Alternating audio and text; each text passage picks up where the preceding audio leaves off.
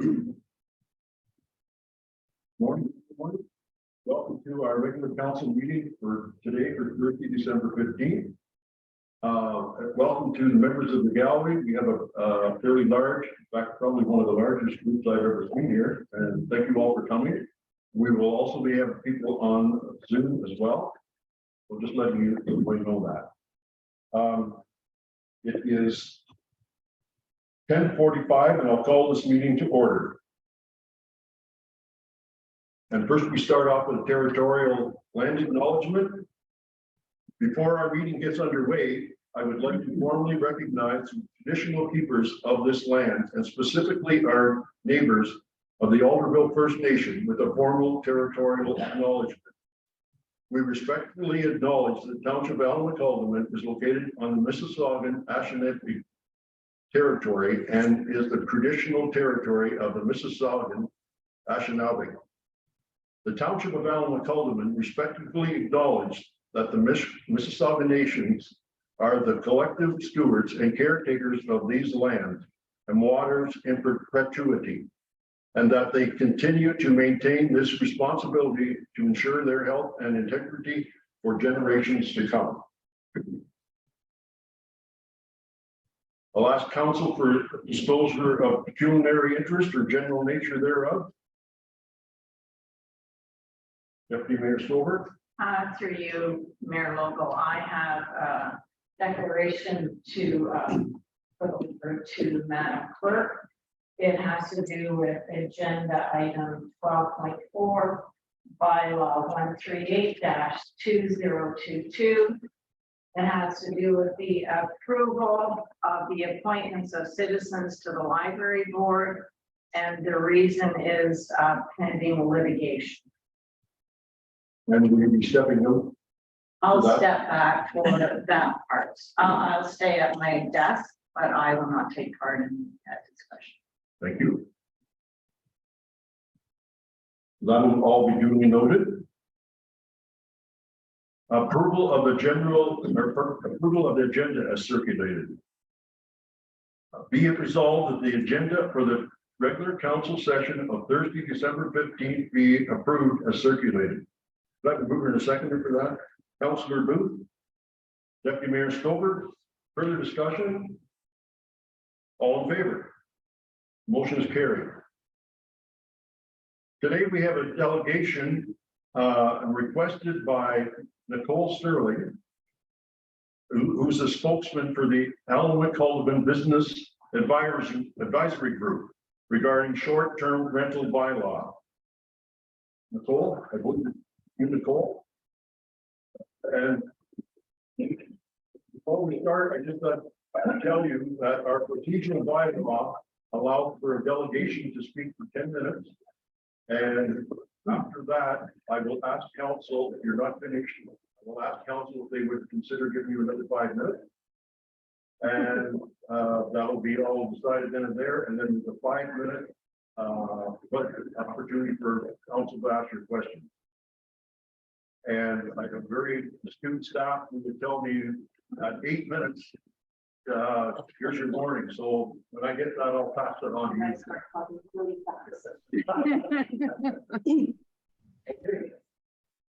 Okay. Sure. Floor. Thank you. And members of the council.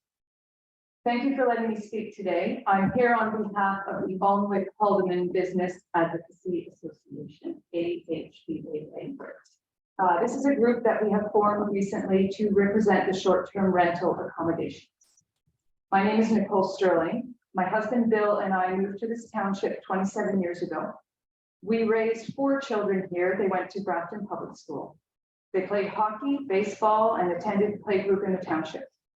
2 of our children even had jobs with the township while attending further education. We love living here, and we decided to share what this township has to offer with other people. We've been running a short-term rental on our property for the past 2 years. It has been such a great experience for us. We've had guests from all over the world, including South Korea, Germany, France, Ireland, UK, Poland, all over Canada and the US. These guests had done their research and found us on the Airbnb website because they wanted to visit this area specifically. We have a guidebook on site that directs them to local businesses, including the Lassen Ladle, St. Anne's Bakery, the Grafton Inn, Grafton Pizza, etc. The guidebook also directs them to local sites, including the Northumberland Forest, Wicklow Beach, 2 Shelter Valley golf courses, Rice Lake, and Lake Ontario. The guidebook aids guests with further understanding what this area has to offer, whether that includes fishing, hunting, boating, golfing, hiking, ATVing, and other various outdoor activities that Alnwick Haldeman has to offer. Our township encourages tourism, but there is a lack of accommodation here. We, as STRs, are trying to fill this void.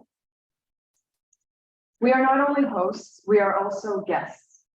Our family uses Airbnb often. We have rented accommodations all over the world. The reason we choose to stay at these STRs is because we want to experience the local life, meet the local people, discover the local food, and make lasting connections. STRs are a home away from home, bringing more of a personal experience, whether you're staying with family or by yourself. Our group has prepared a PowerPoint presentation, which we will go through now. So first page, who we are. We are the Alnwick Haldeman Business Advocacy Association.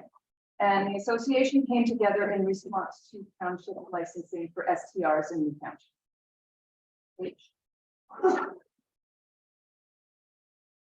We are here because we became aware of the township's prohibition on STRs and onerous licensing requirements. We want council to understand the range of STRs in the township, the benefits of STRs, and that the number of successful STRs far exceed the few problematic ones. We want the ability for new STRs to be established in the township. Current rules prevent new STRs. This brings a level of unfairness to those who want to begin offering STRs on their properties. STRs provide a valuable contribution to the local economy, and we feel that they need to be considered as part of the overall tourism and economic development strategy of the township and the county. We want to work with the township to improve the STR framework that has been put in place by the previous council. There's a broad range of STRs in our township, from traditional bed and breakfasts, wilderness cabins on or off the grid without need for services, on-farm diversified uses, farm experiential STRs, private accommodations with an existing dwelling owner occupied, private accommodations in an accessory structure on an existing owner occupied property, for example, guest houses, loft above the garage, cabin, etc., and full unit occupancy, non-owner occupied. There are benefits to having STRs in our township. The benefits for the owner-operator include additional income to offset living expenses. It safeguards the cost of owning a home against the rising interest rates, meeting a variety of people from all around the world, and we have host protection through well-regulated online platforms, Airbnb, VRBO, etc. Now, the benefits to the community include the STRs contribute to local employment, for example, maintenance or cleaning services, etc. The guests purchase local goods and services. The hosts direct guests to local attractions, restaurants, bakeries, retail facilities. We provide overflow for existing event venues, for example, St. Anne's Spa, Whispering Springs, Fieldstone Spa, even large family gatherings. We provide for the opportunity for guests to discover the township, and we encourage potential future home buyers to explore the area.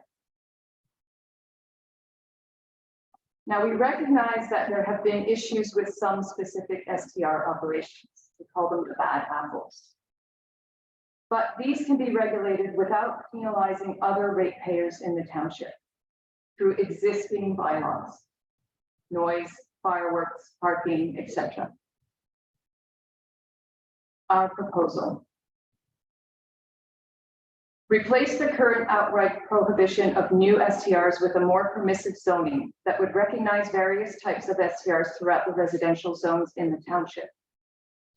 Agree with regulations on occupancy limits, 2 persons per bedroom, sewage capacity where applicable, on-site parking, 1 space per bedroom. Simplify the licensing bylaw and application procedure to only deal with items that impact the township and or the neighbors. Reduce the license fee to allow for all types of STRs. Remove the requirements for an annual renewal only upon ownership change. Limit the township's right to enter onto our property to match the rights covered for all other properties in the township, subject, of course, to any emergency access. Mechanisms for dealing with issues, complaints would be worked out. Agree that the owners, operators must either reside in the township or have a representative here to respond to the concerns about corporate or non-resident owners. Short-term rental accommodation shall be subject to all existing bylaws pertaining to noise and fireworks, etc. Any short-term rental accommodation license may be revoked as a result of ongoing complaints or violations of noise, parking, occupancy, or other bylaws as may be enforced. Our request to council and staff. We would work with the township and other residents to come up with a reasonable regulatory framework for encouraging good quality STRs in our township. Place a moratorium on implementing the current licensing pending the review and implementation of revised regulations. And set a timeline for new regulations to come into effect. Now to conclude, almost done. To conclude this presentation, I would like to add that this group of people back here that come to support us this morning is a mix of short-term renters, operators, and future operators, even neighbors of renters at the moment. We have gotten to know them over the past month or so through this group, AHBAA. We are all law-abiding, kind, helpful, conscientious, and sociable residents of this township who have invested in and care for our homes. We are hardworking individuals who run small home businesses, just like the hairdresser, the massage therapist, the mechanic, the accountant, or the lawyer who work out of their homes, or the farmer who sells flowers, plants, veg, or eggs from their farm stand. This just to name a few examples. We all have a different story. With regards to running a short-term rental, we feel that the positives far outweigh the negatives. Thank you.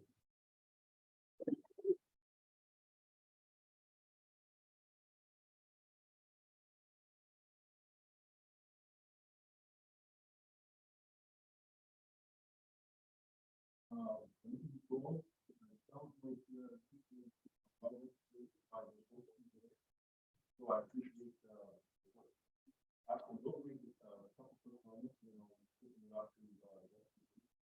it's my understanding, correct me, but I believe the past council had every intention of bringing this back to the new year after they had experienced some of the so although we've never really discussed it, I'm pretty sure that this group will be more than happy to look at doing that as well. I'm opening it up. Councilor Deputy Mayor Stover. Through you, Mayor Logo. Nicole, how many business owners or whole STR owners are in your group now? Well, we think there's about 45 STRs in the township that we know about.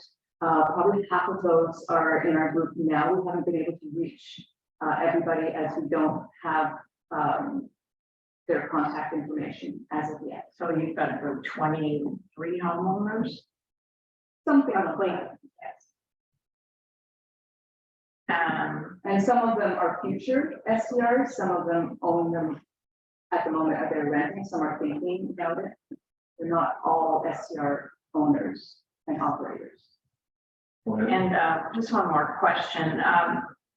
Nicole, how many your STO, the business that you, the residents that own these STRs, are they all pretty much living nearby these homes, or do you have some that are outside the Alma Calderman area? At the moment, the ones that are part of our group are living nearby or in their residence. They're renting either rooms in their homes or above the garage or in a bunkie, or some are here part of the year and they come That's back. what we have here. But they all have people looking after their homes. If they're not. This is wrong, but I wanted to ask Daryl a question. You're on. Marilyn, Yes. is that something I should do now? Sure. To you, Daryl, through Mayor Logo, do you have any idea, or have you been able to track how many complaints you have gotten from residents due to people that are running STRs that aren't as competent, shall I say, as this group? Yeah, through you, Mayor Logo. Yeah, we have tracked them. There will be a report on my bylaw report coming for next month, but roughly out of the 80 some odd complaints, bylaw complaints we had over this past year, probably around 25 have been dealing with short-term rentals. Some are duplicate from the same spot, but through our complaint base, we've probably had around 25. Other members? Just get clarification. Okay. Daryl, through you, Mayor Lobo. So you're saying you have had 80 complaints, and you think of the 80, you've only had 25 complaints due to STRs? Yeah, regarding like noise or fireworks or parking over weekends, roughly around 25 of them dealing with STRs out of the 80 some odd complaints for bylaw. Thank you. Other members of council? Go ahead. To you, Mayor Logan, and I want to thank Nicole and her group for coming, because I could say when I was out canvassing, this was a hot item, and I think it's great that you people have stepped up to come to the council and offer help and try to resolve some of the issues that we have with short-term rentals. So thank you very much for doing that. And I do have a couple of comments on, and I can relate to what Nicole was saying when it comes to the township being able to just walk on the property without notice. I don't even think the OPP can do that. So there are some issues with the existing bylaw, and I think it needs to be addressed. So I would like to propose a motion, a couple actually, but the first one would be if we could put together an ad hoc meeting to work with this group, and say that the ad hoc meeting would consist of some people, both owners, residents, staff, and council on that ad hoc meeting to deal with the issues that we're talking about here in the presentation, and hope to rewrite the existing bylaw. Thank you, Mike. Any further comments? Before we're going to make that motion, I'd like to make sure we listen to everybody and have an opportunity. Councilor O'Neill. So thank you, Ms. Sterling. And to the group in general, I found the presentation to be very respectful and constructive. And that this is part of a process that's going on. There were concerns. There was a public meeting. I wasn't part of that. Certainly when I was campaigning, I did hear from several residents who were pleased that there had been dramatic improvements already seen. So this is a process, obviously. CBO Hall will be bringing a report to us in January, so that'll be another piece.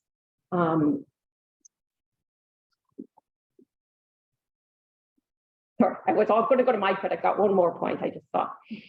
As council, we wear too many hats, correct? And one of the other issues that we are asked to address is housing. And so on one hand, we're being asked to create 3 new affordable housing units per year in our municipality. But if we do the full unit occupancy and we have 6 full unit occupancies, well, that's removing 6 houses from our housing supply. So we'd actually be moving backwards. So I'm just throwing that out there as something to think about, because I'm definitely thinking about it when we're going through this process. And then to your point, Councillor Ainsworth, would you think that's appropriate for our meeting next week, where we are looking at what committees we want to have, and we're going to open our discussion on the strategic plan? Would that be an appropriate time, do you think, for that discussion? I think it could be for discussion, but I think to let this group leave knowing that we are going to put something together would be nice to pass the motion here to at least accept that's where we're going, and then maybe set up the meeting at the next, or sorry, set up the group at the next meeting. Okay. Go ahead. Through you, Mayor Lovell, you could refer this request to the meeting on the 20th, and we'll put it on the agenda. Then the group that's here now will know that council will be dealing with it on the 20th, and then council can make their decision. Thank you, Pat. Okay, I'm good with that. I'm sorry, Pat, if you could just put your microphone in front of you when you speak. Yeah. So I was just suggesting that the recommendation from Councillor Ainsworth be deferred to the meeting that is going to be held on December 20th. And then that allows an opportunity for the people that are here in the gallery to know that council are going to be considering it, and then you can make your decision following. Thank you, Pat. You okay with that, Mike? Yes, but could I add one more thing to that? And I'm going to take it right out of Nicole's presentation, is to, to add another motion or to our conversation, is to place a moratorium on the impending and current licensing pending to review the implications in the revised regulation. So that is a separate motion. Yeah. You may want to wish to defer that as well into the meeting next Yeah. week, just so that we allow an opportunity for notice to be put out. Otherwise, there may be individuals that are in favor of the bylaw and they want to have their say as well. So let's be fair to everyone. Oh, I agree. Nicole, thank you very much. I would think we might want to take the presentation and ask staff to look at it and see, get their opinion on what's there. And the other thing I'd like to comment on, I think we all recognize what you said about how important this could be for economic development throughout the township. And I'm sure council will consider what you're proposing. So, want to make a motion? I just had one more comment. But we all talk about, and I know we all, in your canvassing, we talked about boosting our tourism. And we really don't have a lot of places to stay. And so these short-term rentals are a great idea for our municipality to, for people to come in and have a place to stay. And so I think it's a great idea. Yes, we have some problems with it, but I just want to, they're just as we don't have a lot of motels, so it's a great place. Okay, can I have someone make a motion that we send it back to staff? Or review? Make a motion that we send this back to staff for review.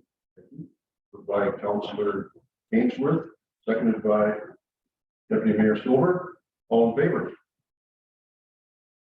That's carried. Thank you. And thank you very much, Nicole. Thank you, everybody, for coming. You're welcome to stay for our next presentation, which is on development charges. They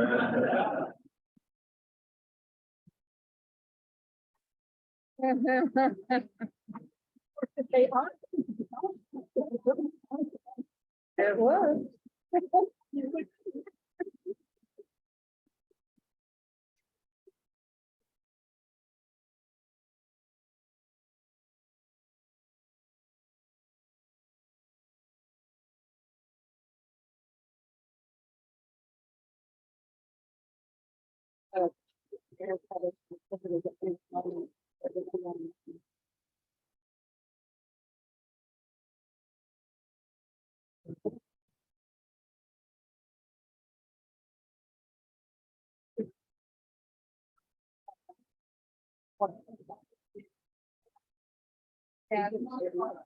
Yeah, no, I know, and that was on one of the other ones, and I was like, oh, be careful. But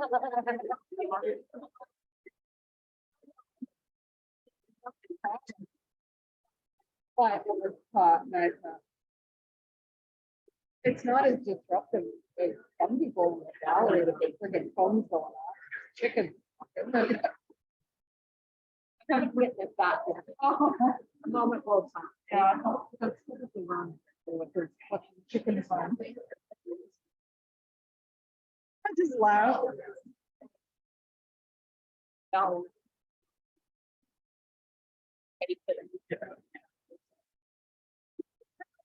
Yeah, city market.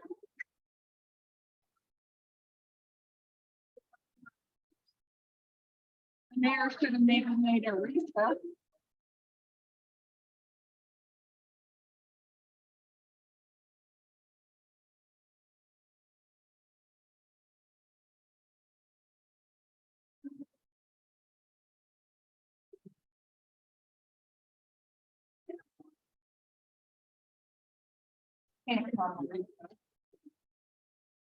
Is what it is.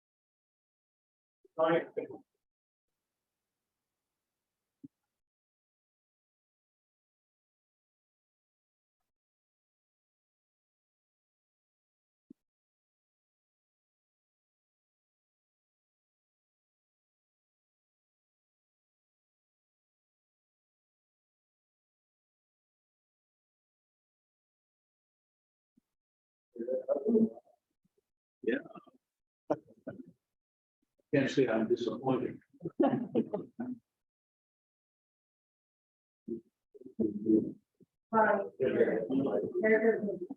Okay.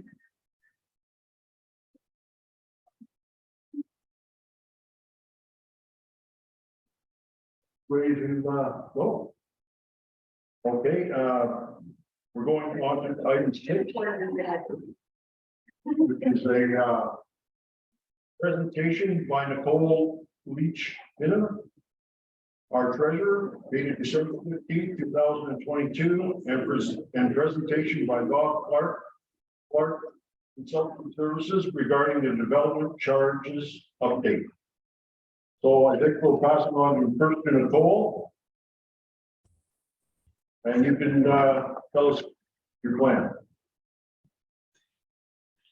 Through you, Mayor, I I don't have a lot that I think I need to say at this point. I think most of it is outlined in my report, and I think I will let Mr. Clark take the floor and do his presentation.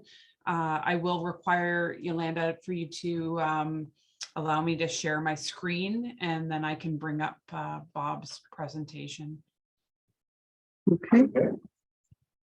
Thanks, Nicole.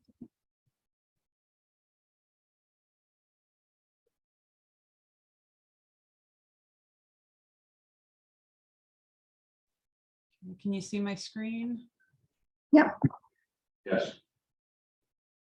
Hi, Bob. Hello, How are you today? I'm good. I'm good. I was a little not disappointed to see the crowd leave. Well, I thought they were coming to hear the development charges presentation. That thought occurred to me. No, and our presentation today is really just an update.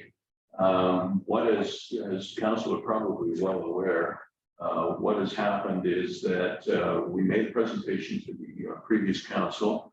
There were some discussion and issues with respect to the calculations that we had done, and relating mainly to the application of your recently updated asset management report. And I'll explain some of the implications there. The other thing that has happened, and I'll review that with you as well, is Bill 23 has come into effect, and it necessitates some changes to the bylaw. So if I can go through my presentation to make sure that I don't necessarily miss anything. I see the introduction. I think there's more to this slide.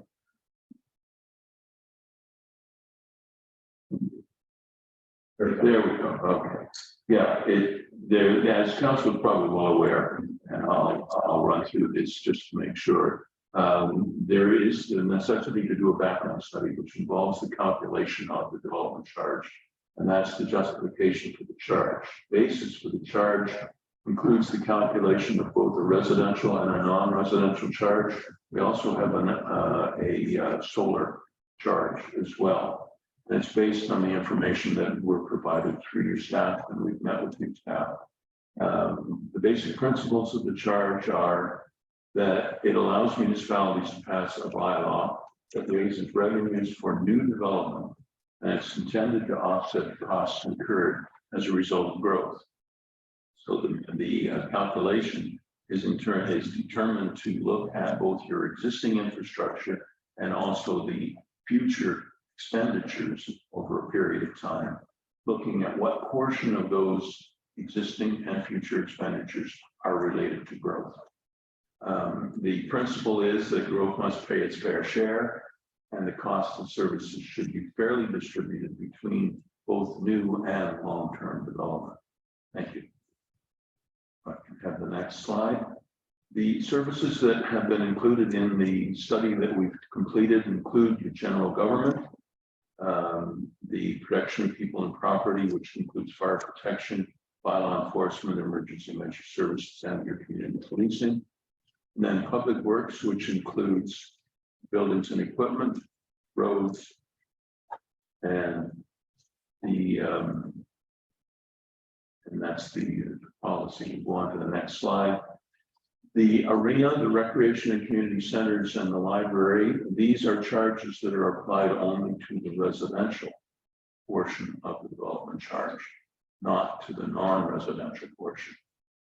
Cemeteries are also included in the charge, and the bulk water, this charge is applied to the entire municipality. And we then have a special area charge for that portion of the municipality in Grafton, which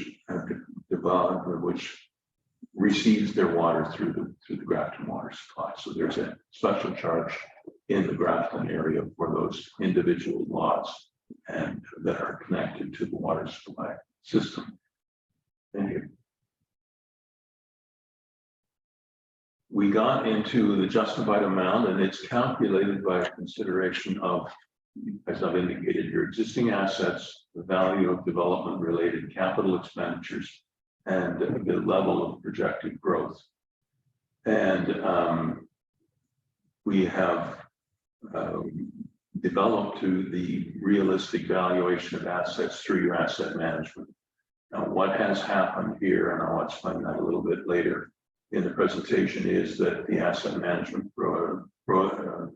study was a fairly dramatic increase in the value of the assets, and that has resulted in an increase in the justified amount. So you can see that the justified amount in 2017 was $9,015.22, and our justified amount in 2022 was $14,000. So it's a dramatic increase in the amount, and most of that increase is as a result of the increase in the values that have been assigned to your assets. And that's important, that you have a realistic evaluation of the assets and that it's included in this calculation. So I don't have a particular problem with that. There is another issue with regard to the calculation, but this is for the residential. We are looking for council direction, and there's an interesting aspect to this. In over the period of time, on an annual basis, the municipality is able and has updated the development charge on the basis of the construction price index. So 2 to 3% of the value has increased over time. And so that has increased the value of your development charge. The other aspect, which I will refer to in a little while, is that the new Bill 23 has a 5-year incremental increase in the development charge. It starts at 80% and then moves up to 5% a year. And I think for purposes of your, I'm getting a little ahead of my presentation, but for purposes of your residential charge, the aspect of increasing it 5% a year from 80% of the justified charge to the full charge at the end of 5 years is a way of using the amount and slowly through incremental increases getting to that charge in 5 years. So I think from the residential point of view, I don't have a problem. I'll explain what happens in the non-residential to get some marker for that situation. You'd like us to comment going through? I just have one comment. You mentioned the 3% for, I think, 3 or 3.5% for construction inflation. Yeah. Now, just so you know, you probably already know, but county reported yesterday that is at 15.6%. So you have the justified amount, you can increase your development charge by. Yeah, that's what they're doing. I just fell off the chair. 15.6%. Yeah. And that's not what they're putting in, but that is actual fact that it's gone up 15% in the last year. And the difference of it is between that and what we normally consider. They take out food and this, that, and the other kind of stuff. This is just for basically materials and capital equipment. Yeah. And the labor. Yes, that's right. So for council's information. And that's a provision of the Development Charges Act. On an annual basis, you can increase your development charge by the construction basis. We're in an interesting time. And that's really what the council direction that I'm seeking, or I'll make some suggestions about, is that that increase is actually reflected in the calculation we've done through your asset management. It's indirectly, but we're seeing that the justified amount would reflect almost that 15% increase. So, okay, I can go on with the next portion. Yes, I've already indicated that the background report is based on the information from the municipal departments who we've met with, including the asset management plan. And this will be, our report will be available to the public on your municipal website. So individuals looking at or concerned about the development charge amounts, if they're interested in something there, will be able to see the calculation that's been done. This is just an indication of neighboring development charges. And as I've indicated, we're looking at both residential charges and at non-residential charges. And you can see that it's subject to these would have been last year's are on the bottom three areas. We have an only call them a justified charge for residential of $14,030, and the Grafton Water is $11,000, and that was a dramatic increase. And we have what we've included is a green energy charge, and that was as a result of concerns about the fact that you were having wind turbines and solar installations, and that you wanted to include a charge for the cost of, and it's principally related to roads, fire protection, and I think there's one other issue for green energy, so that you could recover costs related to the services that you're required to provide in order to service the new green energy. That would be solar or wind facilities, and I think that's 500 kilowatt. Can you explain the difference between residential and non-residential? Is that? Yes, I think the residential is charged on a unit basis. So each residential unit would be subject to a charge. In this case, the justified charge is $14,000. So when somebody comes in to get a building permit, they have to have paid a development charge, $14,000. The non-residential is calculated in a different way, and that's why it's a little unusual, and the increase was rather more dramatic. The non-residential is on a per square meter floor space basis, and the way it's charged on an estimation of the number of employees within the municipality. So the issue here is you've been growing, residential units have been growing, but the number of people per residential unit has been going down. Whereas when we do the calculation on the basis of the number of people that are employed, our estimate of employment within the municipality, and the square footage there, the units have been going up. The employment has been not as dramatically increasing. So when we apply that to the portion of the assets that we believe are the development charges should apply to, we end up with a much higher number. And so that's the difference in it.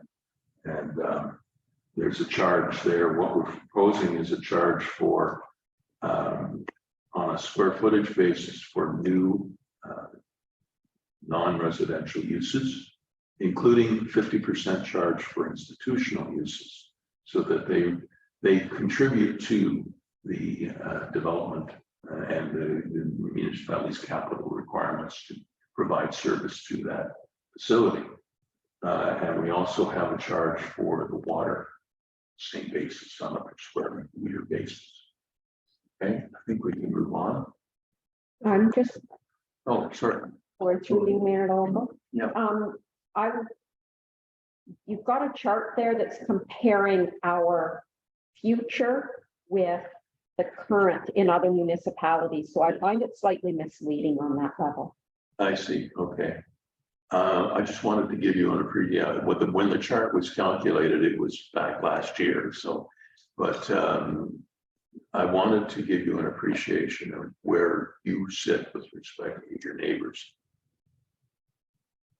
And just to carry on, can you comment on whether some of our neighbors have done their development charges or they're planning on doing them, or can you? I must admit, I haven't followed up very directly on that. They have the ability to increase their development charge on an annual basis. And then under the old act, every 5 years, they had to do an update. And so we're doing the update. Now, what happened with COVID was that the 5-year update got extended. So your existing bylaw didn't expire at the end of 2022, which would have been the regular time. So you have the ability to continue with your existing bylaw until it's replaced.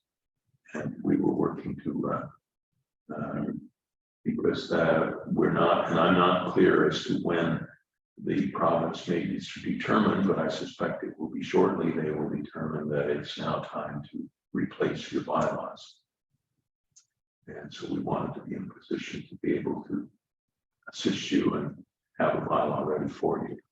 So that's what this next point is, that the existing bylaw expiry would have been this past year, and that got extended so that your bylaw is still in effect. Okay.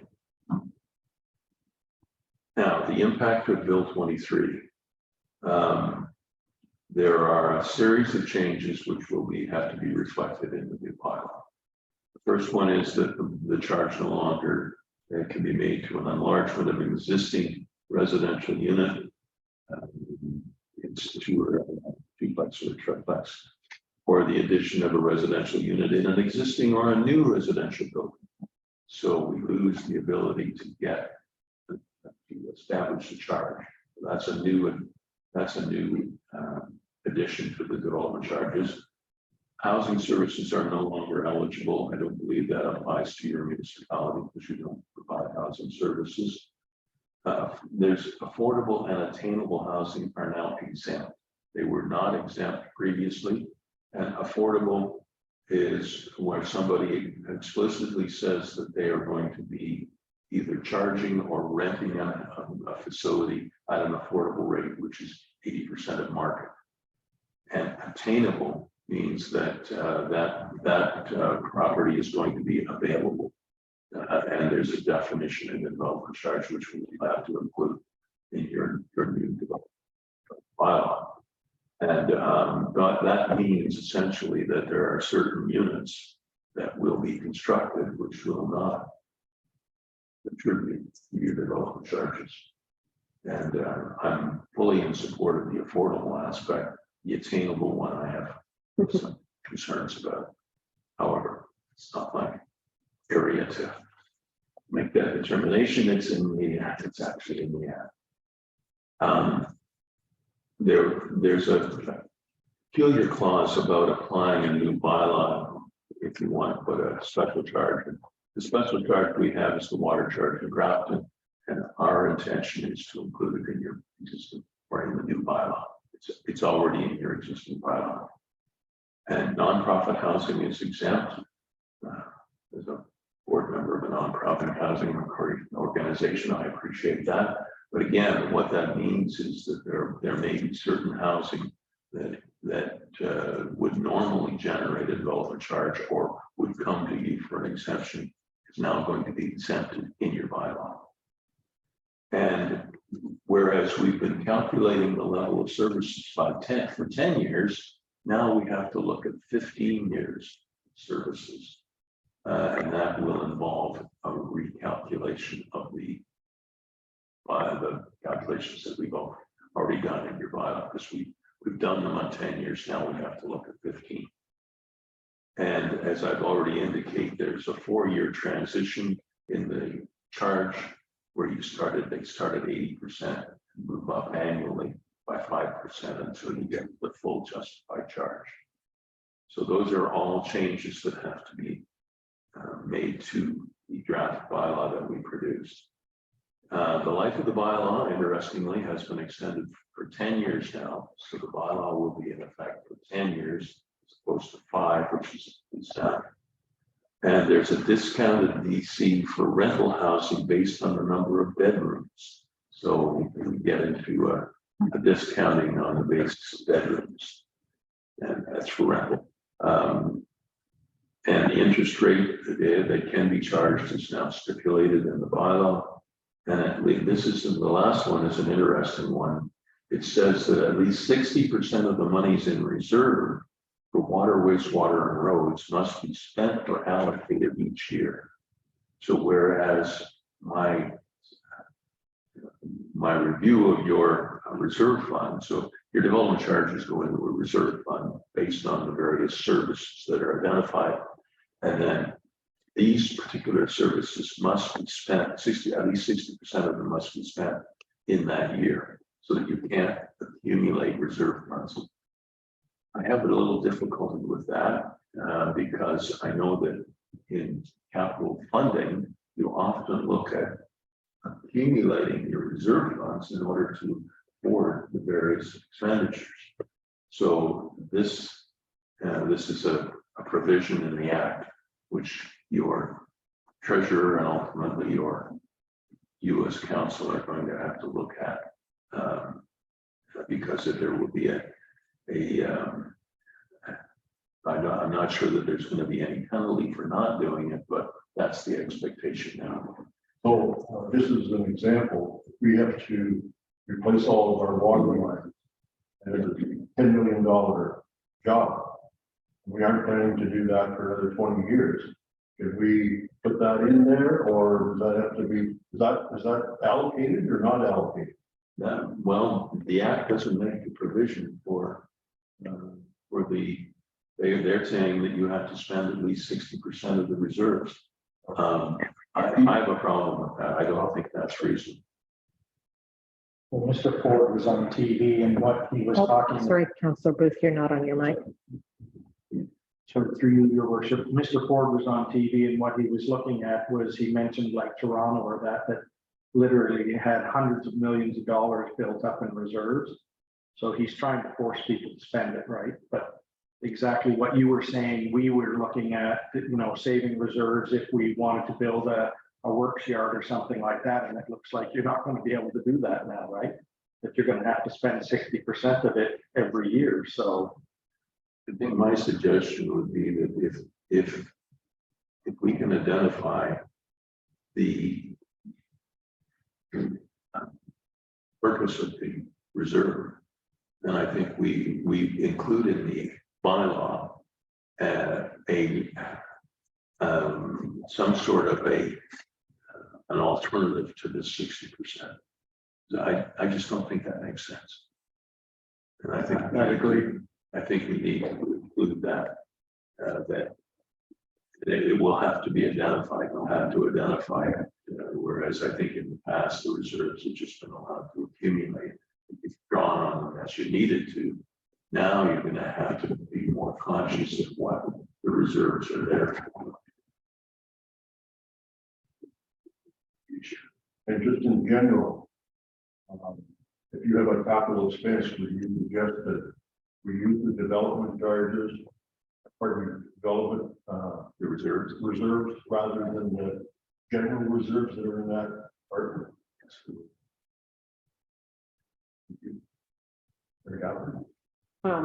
Through you, Mayor Lobo. If it has a 10-year lifespan, is there a mechanism for increasing, like, for the future 6 years or however that's set up? The mechanism that's available in the Act is this construction price index. And that comes to council annually. So that is an opportunity to review your development charges on an annual basis. And we've been doing that for you up until last year, I think. That you then have an opportunity to review that. And as you've already indicated, that could be a very significant increase, whether you feel it's justified or not. And I think it's reasonable, and I understand the basis for it, because what you're doing is you have to pay for the facilities that you're building. And if the construction price index goes up, you should be able to raise your development charges as well.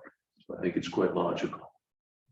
But I would suggest that you want to do that on an annual basis, able to see just what's happening. on to the next slide, please. This is the comparison of the existing and the justified amount. And there you can see general government protection versus properties show dramatic, but public works was the one that showed the most dramatic increase. And the bulk water for your water system also. So those provisions, and this is for a single family residence, those provisions something that we wanted to make you aware of what the increase had been. This was principally as a result of the fact that we're using the updated asset management. So that's the justified amount for the total DC. As I say, with this 80% and increase, I'm suggesting that we go with the justified amount. But be aware that it'll only be the first year it'll be 80% of that amount. Okay. Next slide, please. The non-residential is the one that we were mainly concerned about, and that is that the commercial industrial was $108.94 per square meter. As I've indicated, we're proposing 50% of the charge for institutional uses. The previous charge was only $15. So the dramatic increase here is a result of not only the asset management, but also the fact that we're looking at a lower employee number of employees in the municipality. So this is one that I believe that we need to, what I'm going to suggest is that we not use the justified amount, because the justified amount, I think, is just too dramatic. You have an economic development objective. You want to encourage people to locate in your municipality. So I'm suggesting that we go with a lower amount, and I'm suggesting we go with 50% of the justified amount. That's a decision that the council can ultimately make. Yes. Through you, Mayor Lobo. It was just all of these people who left, who are essentially wanting to run commercial establishments, should have stayed, because this is going to impact them. It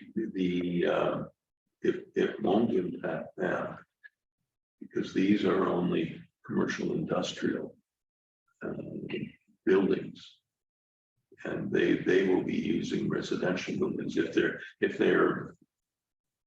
That's an interesting question, and I'll have to have a little bit of a look at that. But what this charge is for a new building, which is intended to be used either commercially or industrial. Yeah, so there's no provision then for home businesses, not just STRs, but all sorts of home businesses, which is huge in this municipality. Yes. That's an interesting question. No, I would say at this point, we have not included home businesses because they're considered to be a residential use. And these are intended to be specific buildings for commercial or industrial purposes. So you're saying rather than 180, you're saying 40 or 55 bucks or something. Yeah. That's not competitive with the deal. Would you want to comment on that? Would be much closer to where everybody else is? Yeah, it is. Yeah. And you go back to that chart we showed what the other ones were. But yeah, this one just the calculation was done the same way as we've done we did the calculation in 2017, but the combination of the asset management plan increased and the lower number of employees, whereas residential was done on a calculation of unit basis. This is done on a projected employee basis, and the lower employee and the higher amount of asset management value resulted in a very dramatic increase for square meters. That's my suggestion. Next slide, please. And then the green energy charges, as I've indicated, we base this on an increased need for service. We've used this on several other municipal development charges. And it is, I believe, reasonable to ask for a development charge for a new solar installation, 500 kilowatts for wind energy. And it's based on the 500 kilowatt size. So the approval procedure for the bylaw is we need to update the bylaw based on basically the Bill 23 exercise. And then the decision of council to proceed, there is a requirement for a notice of public meeting 20 days ahead of the meeting itself, the public meeting, then the passage, and there's a notice of passing, and there's an appeal period. The notice of passing is 20 days, the appeal period is 40 days from the council decision. So there is a process here for dealing with the approval of the charges. Okay.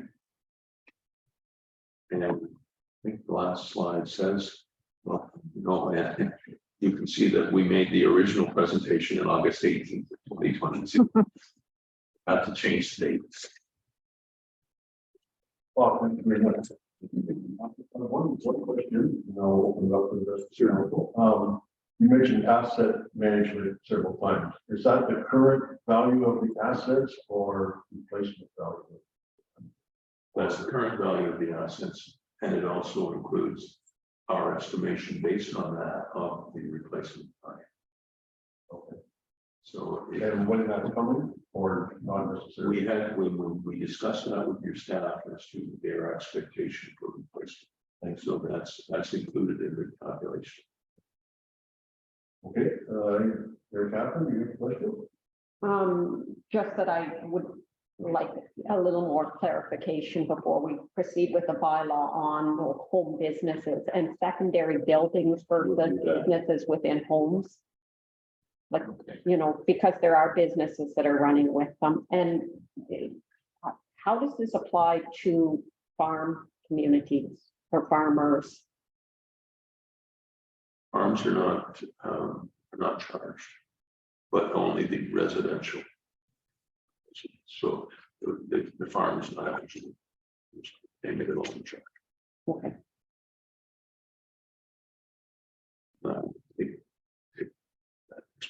Get back to you. Thank you. Other members of council? To you, Mayor Lobo, it'd be a silly question, but I was wondering about the development charges with people in Grafton that are using the water. Would they be paying more development charges than somebody that isn't going to be using the water? Or is it one development charge? Because I know when we built our house that was one set fee. I didn't know what there were different fees. My intention with regard to the Grafton water charge is that it's special charge for any new building who will be connecting to the water system. So what I would anticipate is that a future connection you would get it all.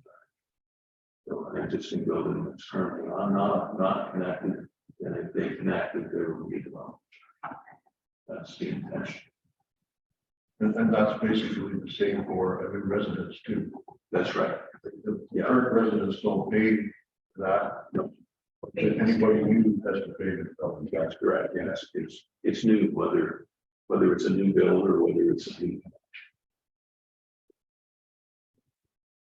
I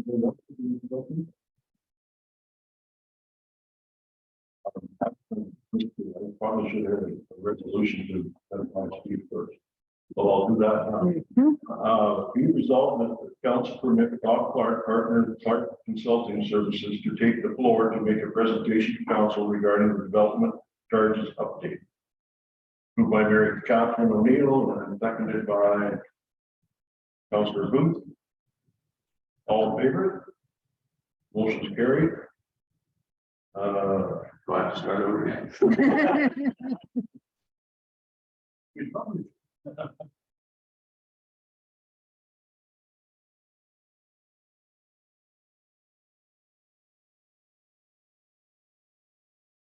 Okay, be it resolved that the council of the township of Allen Calderman approve the development charge update report presented by Clark Consulting Services on December 15th. And further, that the approved report be used as the basis of establishing a new development charge bylaw for approval per the Development Charge Act. And further, that the treasurer's report dated December 15th regarding the development charges update report be received and filed. So I just want to make sure that Councilor O'Neill's question will be addressed. Yeah. So maybe as amended, because he's asked for more information to be included and we want to miss that. Okay, Well, if I may, go ahead. you know, we have included in our report a draft file. Obviously, we have to update our calculation because it's now supposed to be 15 years. And we have to amend the draft file. Okay, so we will ask that to be amended, the information that we've got, Yes. and then we'll bring it back to council. Yes. Okay. Okay, I get a mover and a seconder for that. Moved by Councilor Booth and seconded by Councilor O'Neill. And I have one more look at this. When will that be back as well? It'll probably have to be in the year. Yeah, that makes sense. Yeah. And are we too far away from pushing a public meeting or asking for a vote public meeting, or are we too far away from that? So you need 20 days notice for your public meeting. Yeah. I'm assuming if you bring it back at our next regular meeting, we don't have one until January 19th. So I don't know if Mr. Clark has any suggestions, but I would suggest that we bring back the revised bylaw on 19th of January. And then if council is in accordance with it, then we could send it to give the 20 days notice for the public meeting, and that would be in February. That's okay, so I read the motion moved and seconded, all in favor? Motion's carried. Thank you very much, Bob. Okay, thank you. Thank you. The earlier presentation.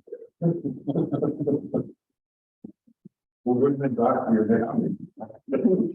Yeah. Okay, moving on. Okay, for minutes. Here we'll get, approval of the minutes, municipal council, inauguration ceremony minutes, November 17th. Regular council session minutes of November 17th. And the regular council session minutes of December 1st. 2022. Resolved that the municipal council inauguration ceremonies minutes of November 17th, regular council session minutes of November 17th, and the regular council session minutes of December 1st, 2022 be approved. I have a mover and a second for that. Moved by Deputy Mayor Stover and seconded by Councilor Ainsworth. Any questions or comments on those? Councilor O'Neill? Just, has there been any follow-up from the request regarding the cemetery from Mrs. Coheen? I was going to ask the same question, but maybe more in a more general way. Do staff have a way of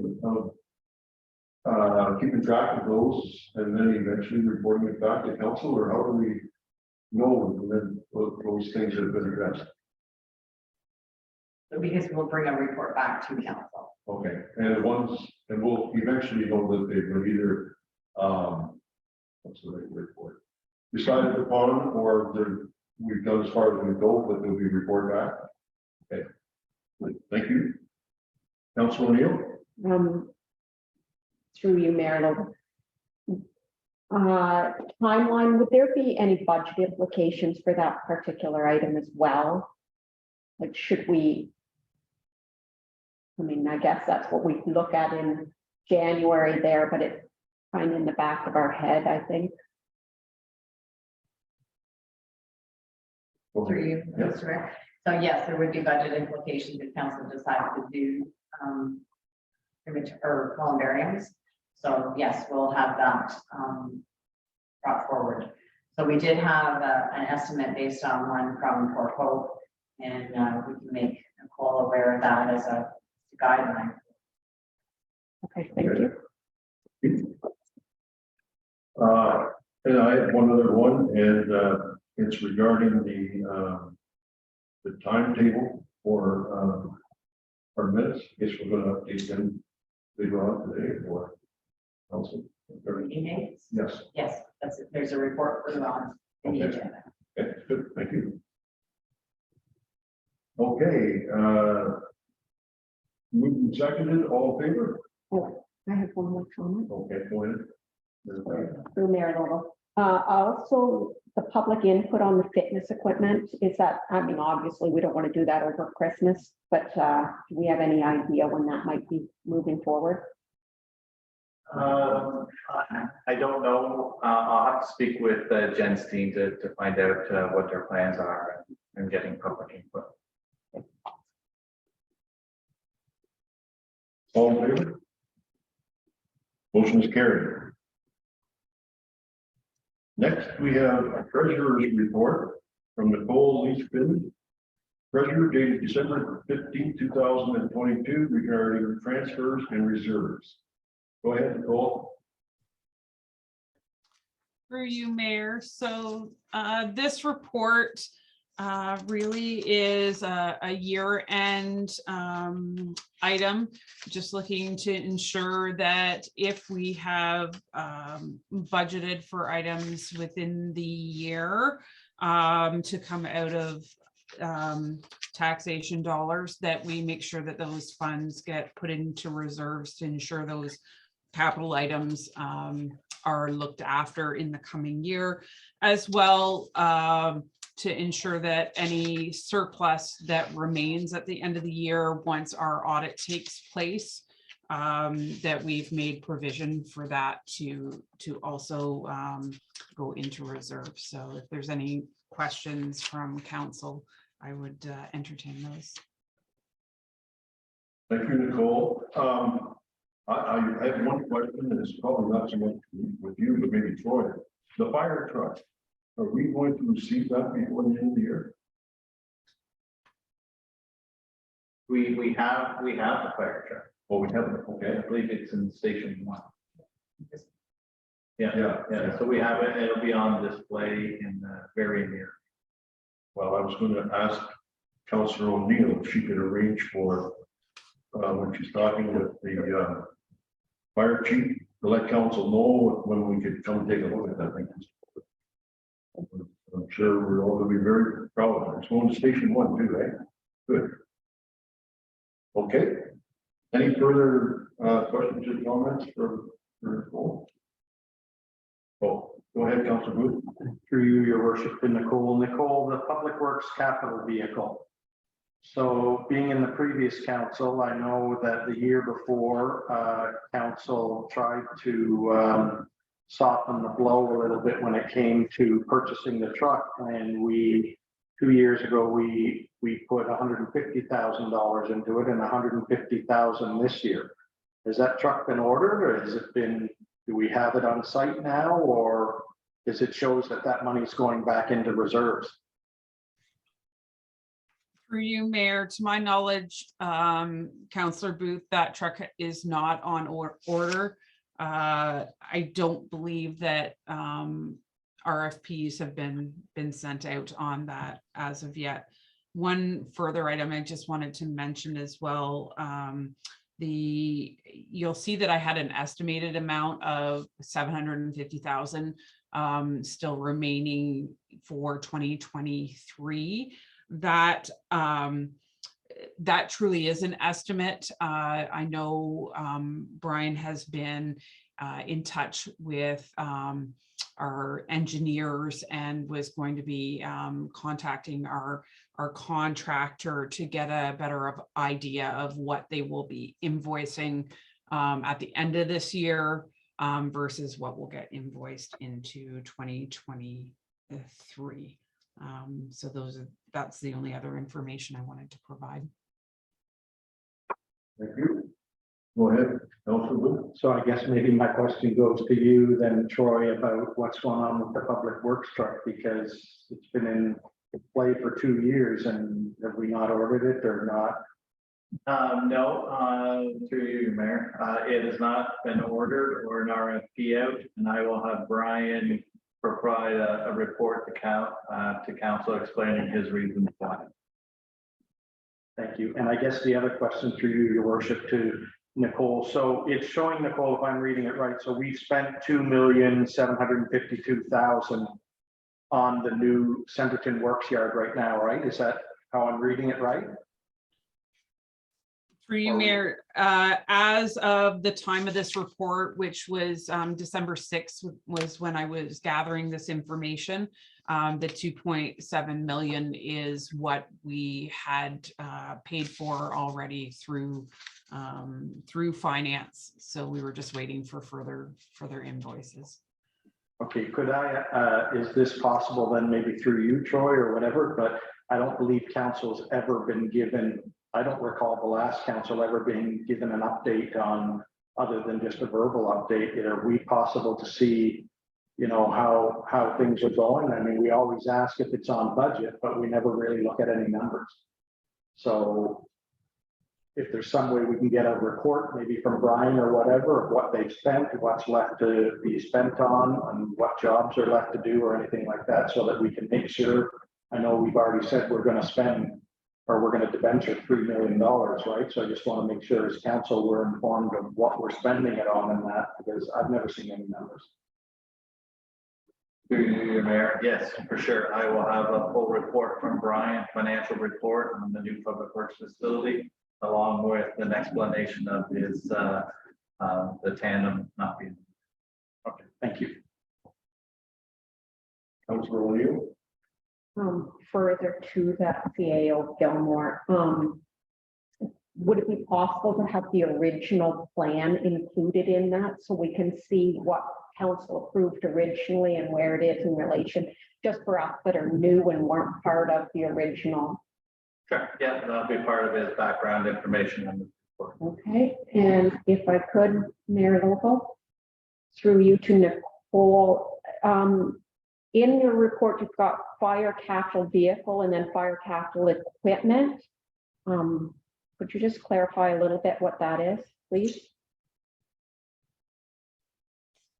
Through you, Mayor Local. So the two different items there, the vehicle is the fire truck that that just arrived. The capital equipment was the SCBA's that were purchased and budgeted for in the year. And just something to clarify on this report as well, because as I was looking at it leading up to this meeting, is truly what will end up happening with those two accounts, because those were actually items that were budgeted out of the capital reserves. For instance, we budgeted 440 for the truck and it was 435 and change. So we will actually only transfer the 435 out of reserves, and we'll just leave that that $4,800 that is remaining in reserve. So there will be no need to actually do a transfer back in. Now there was an additional $20,000 that out of the 320, 20,000 of that wasn't budgeted to come out of reserve. So that $20,000 will absolutely be put into reserves at the end of this year. Answer your question. Next I have Councilor Deputy Mayor Schulberg. Yes, through you, Mayor Local. It had to do with the Centerton Works Yard. So the build itself is at $3 million. Is that correct, CAO Gilmore? Nicole might be able to help me out with these numbers, but would you be able to provide the closer number? Through you, Mayor, I believe that although at the time of this, I had $2.8 million in invoices that had come in. I believe there was another invoice that's since come in from Dalaran. It was under $1 million. I want to say it was a few $100,000. So I would say we're easily up over the $3 million mark at this point. And again, probably you do expect it to come pretty close to the 4 million when all is said and done. It is my understanding from discussions with our public works manager that we are on target. We did put in a contingency and did have to use a fair amount of that contingency, but that we will still be within that $4 million. Oh, Go ahead. Just to confirm through you, Mayor, just to confirm with Nicole said, I was speaking with the manager of Public Works this morning and he said budget financially, we're right on there. But again, we'll have a financial report from him. Go ahead, Councilor Booth. Through your worship, just to answer Councillor O'Neill's question, because you weren't here last year, the fire capital equipment, we were put in a position last year because they had to replace the SCBA, the breathing tanks and that, and all of the tanks and everything were all due at once. So that's why it was a huge cost, hundreds of thousands of dollars that had to be, council really had no choice. We had to replace them because they couldn't use them. And then when we did this, we asked the fire chief at that time to try and what's the word I'm using? Try and put it out where instead of it all coming due, because Mike, you might know this, I'm not sure how long the tanks are good for, whether they're 6 or 7 years. So instead of the next council 7 years from now getting whacked with that we're hoping that he'll put into his account, you know, I need a little bit of money this year, next year, whatever, so that by the time they're due, it'll be paid for instead of, you know, the next councils that are going to get hit with all of this. So that was why it was such a big expense for the capital equipment. And I believe that you could probably confirm this. I know the last time I was in the fire hall, he had all the new tanks and the mass and everything there. So it's all been purchased, which is good. Yes, and through you, Mayor. Yes, he did show me all of the equipment. It has arrived, and further equipment, as you say, when he's coming to budget, he will be showing that as becoming a predictable expense in the sense that you're asking. I have one more comment to Councilor Booth. And I know our CEO will get that report and everything else, but I think that should be made as a motion that we get a report by the 19th of January, whatever that, from Public Works. And this is the report. I think that should be in the motion. Sure, I would make that motion if council can have an update, and adding in what Councillor O'Neill said is because of the new council here hadn't seen the original plans, and I'd be interested in that too, is I can't even remember what the original budget estimate was. So if we could have all of that information brought back with Brian and where they stand on where we currently are and what expenses are left to pay, I would make that motion. And Pat, you can write that any way you want, but basically, you know what we want. Mayor Catherine, you want to I'll second that? second, yes. Further discussion on that? All in favor? Motion's carried. Anything further on those report? Okay, I'll read the motion. Be it resolved that the Council of the Township of Allen-McCullough received the report from the Treasurer dated December 15th, 2022 regarding the 2022 transfers to reserves, and further the Council approves the transfer of unused capital expenditures to reserve as outlined in the financial impact section of the 2022 transfers to reserve report, and further that council approves the transfer of any surplus remaining at December 31st, 2022 be transferred to the working capital reserve. The mover and seconder, please. Moved by Mary Catherine O'Neill, seconded by Councillor Ainsworth. Any further discussion? All in favor? The motion is carried. Okay. Let's take a 10-minute break. I'm sure that we'll need to look at.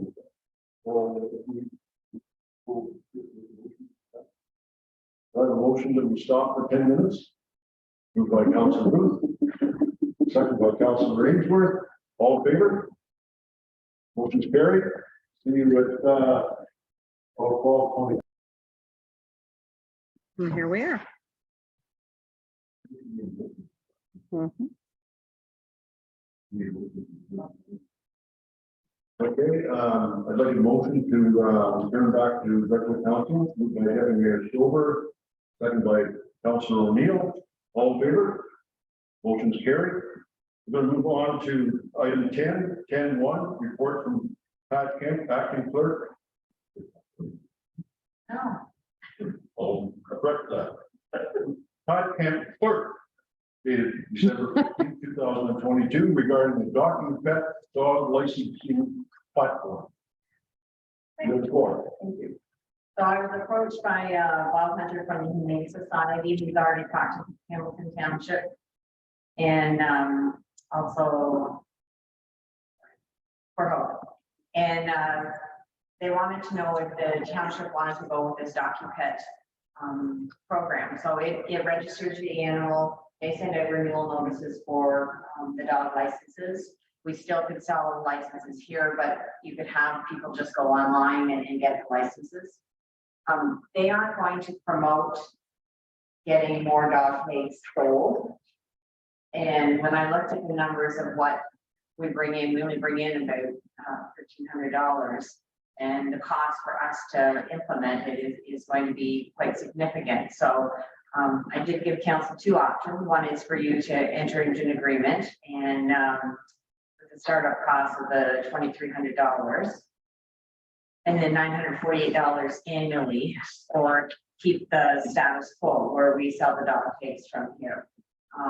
One of the advantages of the DocuPet is if your dog gets lost, chances of it getting back to the owner are a lot quicker because there is a 24/7 number that people can call, and then even the dog catcher, if he is out and about and sees a stray dog, if that's a dog that has that DocuPet tag on, then they can run it down and they'll be able to find the owner sooner than later. So it's up to council whether or not you want to go that route.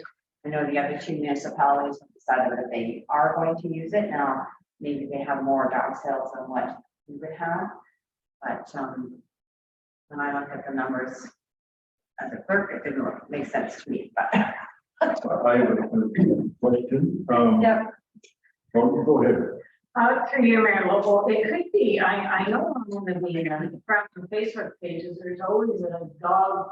They're trying to hunt down a dog somewhere or the other. So I'm wondering if this would give us increased money coming in.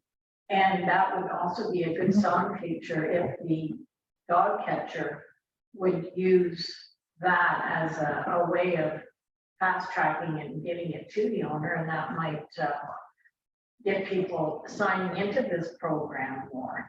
So I would be in favor of it. The other thing is I'm wondering where we get the money. I have a couple questions, so think about it. First, are we registered? Do we have to register dogs? Are we expected to do that by the province? You have to have under the Dog Owners Liability Act, you have a responsibility to provide, like for the Humane Society or whoever, to look after dogs running at large. Okay. But as far as licensing, I don't know if you're legally have to sell them. Most municipalities do, because there is a cost for you providing the services for animal protection. Okay. I did I like to walk a lot. And so I did a little survey of Old Danforth and Canning Factory, and there's about 35 houses. And there's 27 dogs on there. So, and if you take that, do all the calculations, we should be probably bringing in about $30,000 a year. That's $20. furlough. So, and the other thing I'd like to ask you, we used to have a counselor sit on the board, and I expect that was quite a bit of money we were paying to do that, and now we're not paying any of that at all, are we? So the previous council dissolved the Animal Services Board, and then the Humane Society took over that operation. And I can bring you what the amounts are, because there is still a budgetary amount, because we now have the Northumberland Humane Society looking after our animal control. So it would be interesting to see if it's just changing from one year to the next. There, Catherine? My question has been touched on already, and that is what percentage? Certainly when I was campaigning, it did seem that pretty much every single house, I was really just there to wind up dogs. That was my whole purpose, going door to door. And I'll support that. I've seen the same thing. Yeah, just to make a comment, so the money we're bringing in is roughly 45 dogs. So I agree with what the deputy mayor is saying, but I guess the problem is, even with the docu-pet thing, is if they don't register the dog, you can be on Facebook all you want to say that there's a dog out there. If they don't register it through this organization, you're still going to be in the same boat, that they're not going to be able to know. There won't be any license for them or anything. Councilor O'Neill. I'm going to speak about myself and fire permits. When I was able to go online and get the fire permit, when I thought of it at 8 o'clock at night, I got my fire permit.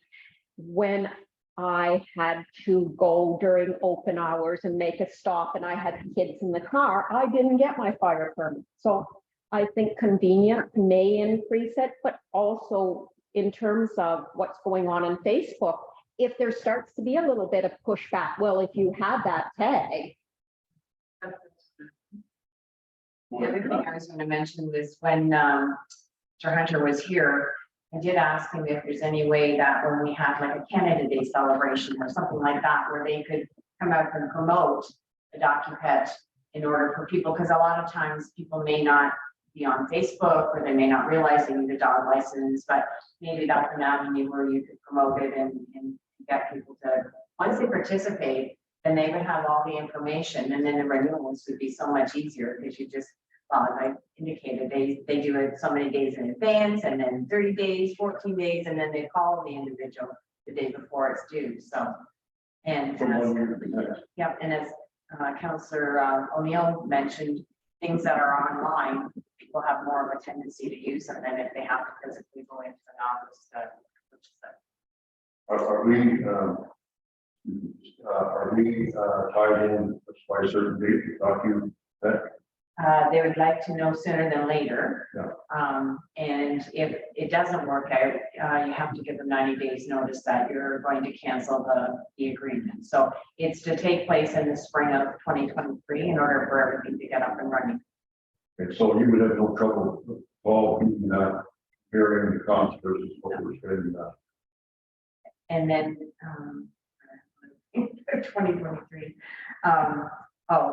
The other two municipalities and our municipality, if we were to go forward with this, we would suggest we look at the fees, because once you set the fees, the information is all set up, then it's included in the startup cost. But if we go and change things later, it's $1,000, and it could be $500 for a form change. So if we do decide to go with this, then I would suggest contact the other two municipalities, see if they're interested in increasing their fees, and then move forward. Thank you. Councilor Beasley. That to you, Mayor Lowell, I'm inclined to just stay as status quo. I see, we got a budget coming up, and every little bit is going to help. This seems like a lot of money for right now, and we really aren't. Our existing policy for dog tags probably isn't being dealt with 100%. So I would sooner see us deal with status quo and find out what the impact is that, with publicizing it, getting residents involved, and what the the bylaw is for the dogs and see where that comes out. And then if we have an excess amount of money out of that pot, maybe we can do something with this dog.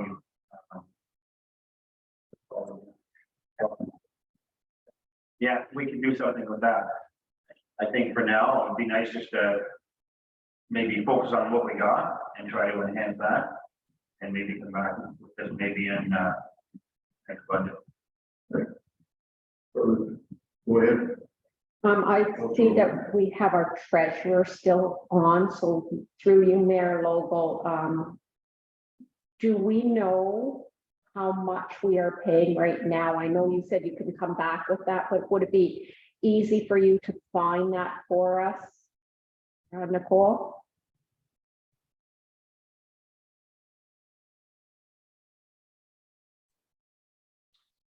Through you, Mayor Logal. I think Pat did, I thought that that was something that when Kathy sat in on those meetings, she had pulled that information. You don't recall that, do you? She told how much we received in dog tags, but not the amount that we have to pay to the Northumberland Humane Society. I don't have that at my fingertips at the moment, but I could get back to you on that. If you look under the bylaw in May of around the 19th of May, somewhere in there. Extension of the program. And would we, I don't know when the Hamilton, Coburg, Fort Hope, and maybe Fort Hope. No, Fort Hope was involved and Hamilton Coburg had pulled out. Yeah, Previous. but at one time we were paying, I'm gonna say 30 grand a year or something like that. I could be all in, but it was expensive. So, do you have any? Okay.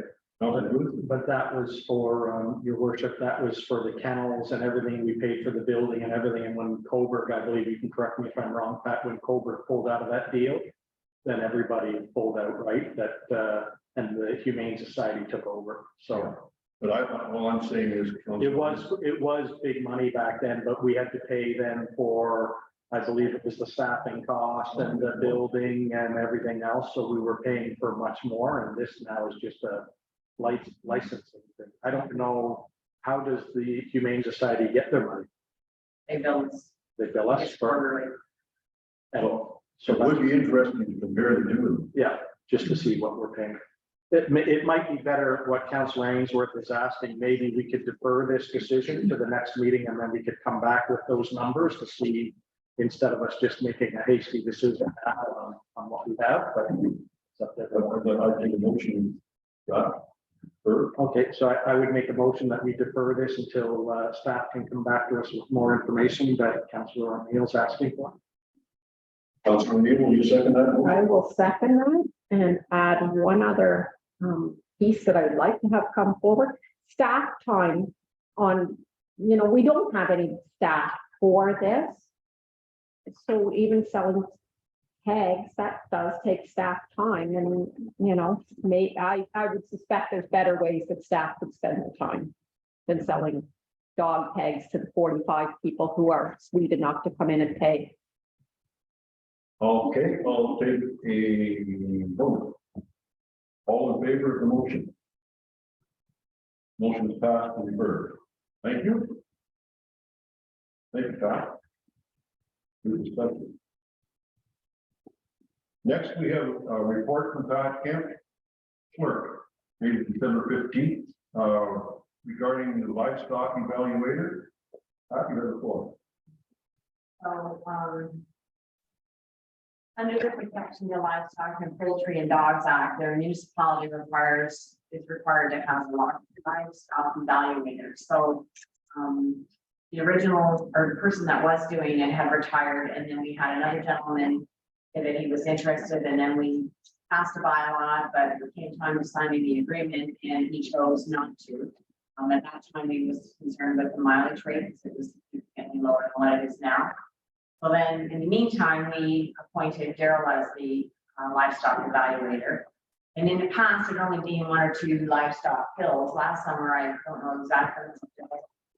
But the number of kills that we had significantly more than what we had in the past couple of years. So the previous council had asked me to go and advertise, which I did.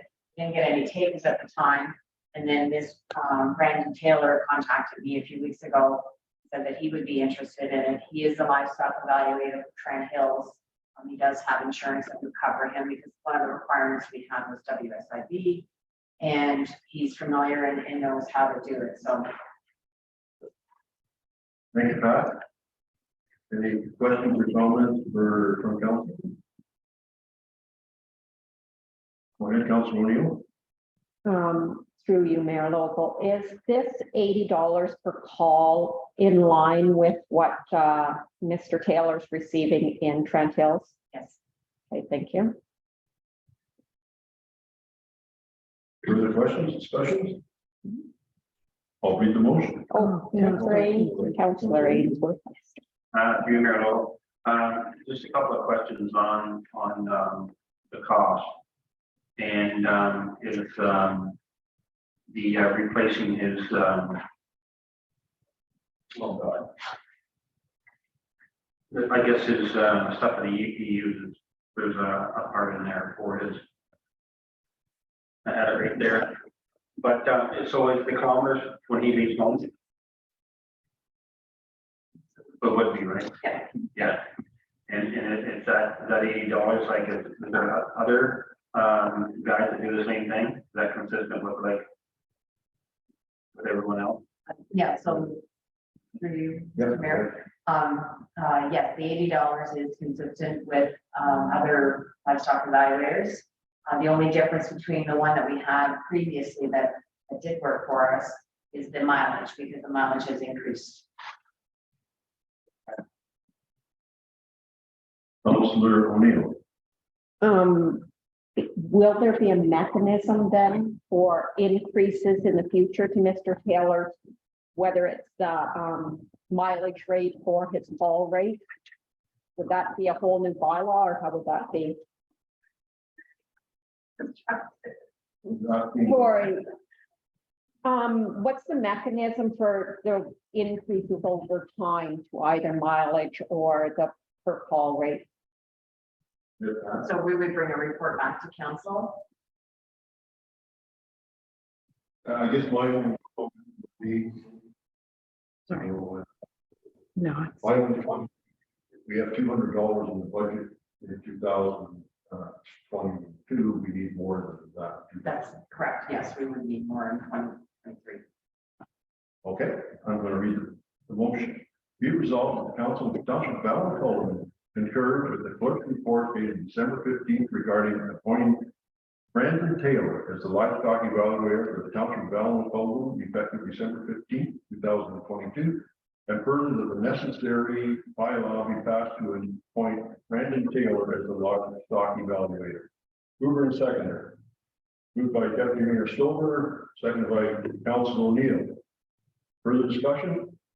All in favor? Motion's carried. Next, we have a report from Pat Kent, dated December 15th, 2022, regarding GHD Digital Solutions. Again, you have the floor. So our website renewal is up at the end of December. And in the past, we had Pluto was part of the search engine, and their cost was $700. But when the renewal came up, it increased to $2,300. So Yolanda and Jennifer Steen and myself contacted the company and asked about what other search engine could be used, because we need it. Otherwise, people will find the information we're trying to promote. And so his suggestion was that we would use a Google search. So the Google search, there is a setup cost, which is $1,480, but that's a one-time cost. And then it's $5 per thousand worth of searches. And we would average about 3,000 searches. So that would be about $15. So we're recommending that council renew the agreement with PhD, and use the Google search engine for. Well, just so I understand, it's a 2,300 plus the 1,480 plus the, No, so the 2,300 would be if we went with the existing search engine. Anyways, and then the one for Google search is a 1,480, and that's a one-time deal. And then it's just $5 per 1,000 searches. okay, so 1,480 plus $15 a month is, $1,700, which is 2,300. Councilor O'Neill?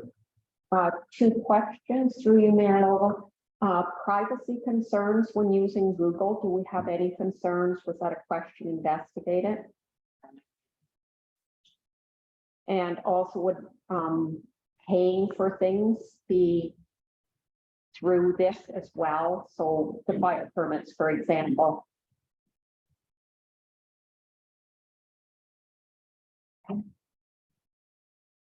I don't know that answer. I don't know if Yolanda knows. Jen would know. Because we are going to have a different program for recreational programs. People can pay online and it would not be through PhD.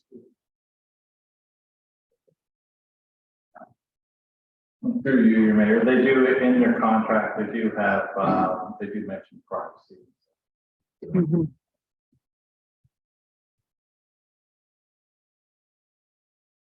Does that answer the question, Mary Cathy? Well, now I'm gonna have to read the privacy bit, so unless CAO Gilmore can just give me No, that it's all, highlight.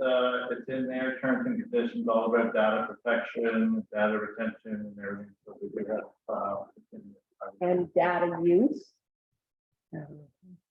data use, yes. Yeah, it's all in there, terms and conditions. Insurance.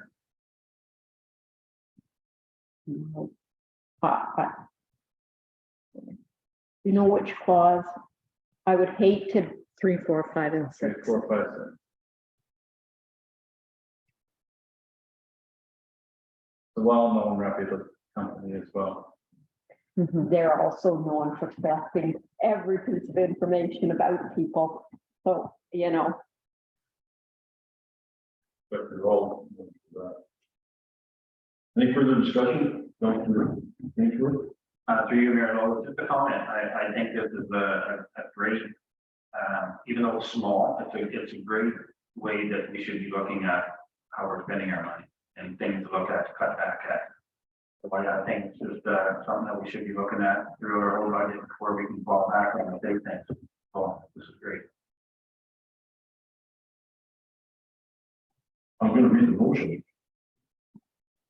Be resolved that the Township of Belleville, Cullinan received a report from the clerk dated December 15th, 2022, and further the council concur with staff's recommendation to approve the agreement with GHD Digital Solutions for web hosting, and further that the council approve bylaw to authorize the mayor and clerk to enter into an agreement with GHD Digital Solutions for web hosting and licensing. Did I have a mover and a seconder for that? Moved by Deputy Mayor Stover. Second by Councilor Ainsworth. All in favor? Opposed? Motion's carried.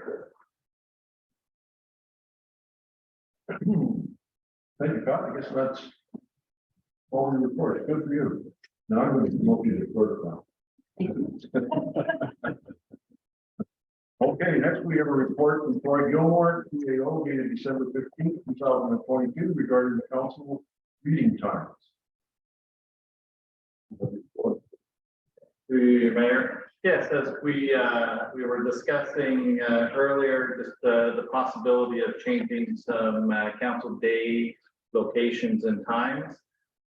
So with the help of our wonderful clerk, Pat, she reached out and did a survey with our neighboring townships. Keep in mind that these are just regular and the planning meetings. Many communities, municipalities have, other whole committee meetings, and these are just your main meetings that are in the chart. just gives you an idea where everyone stands as far as their times, dates, and locations. I do know that it was a possible idea for us to maybe have a meeting out in Roseneath area. Again, it's council's decision, what they want. I just threw some suggestions out in my recommendations. I do want to keep in mind that if we do choose to do an evening meeting to try and keep it at, like 5 p.m. instead of the 7 p.m. I was talking to a neighboring municipality staff member this morning, and they got home at 11:15 from a meeting last night, and they had a meeting scheduled this morning. So just keep staff in mind when you do look at dates or times, I guess, for your meetings. But I did throw a couple recommendations / ideas out there for council to look at, but ultimately it's your decision. We would just have to amend our procedure bylaw to whatever you guys wish. Thank you, Troy. I'll start the conversation off.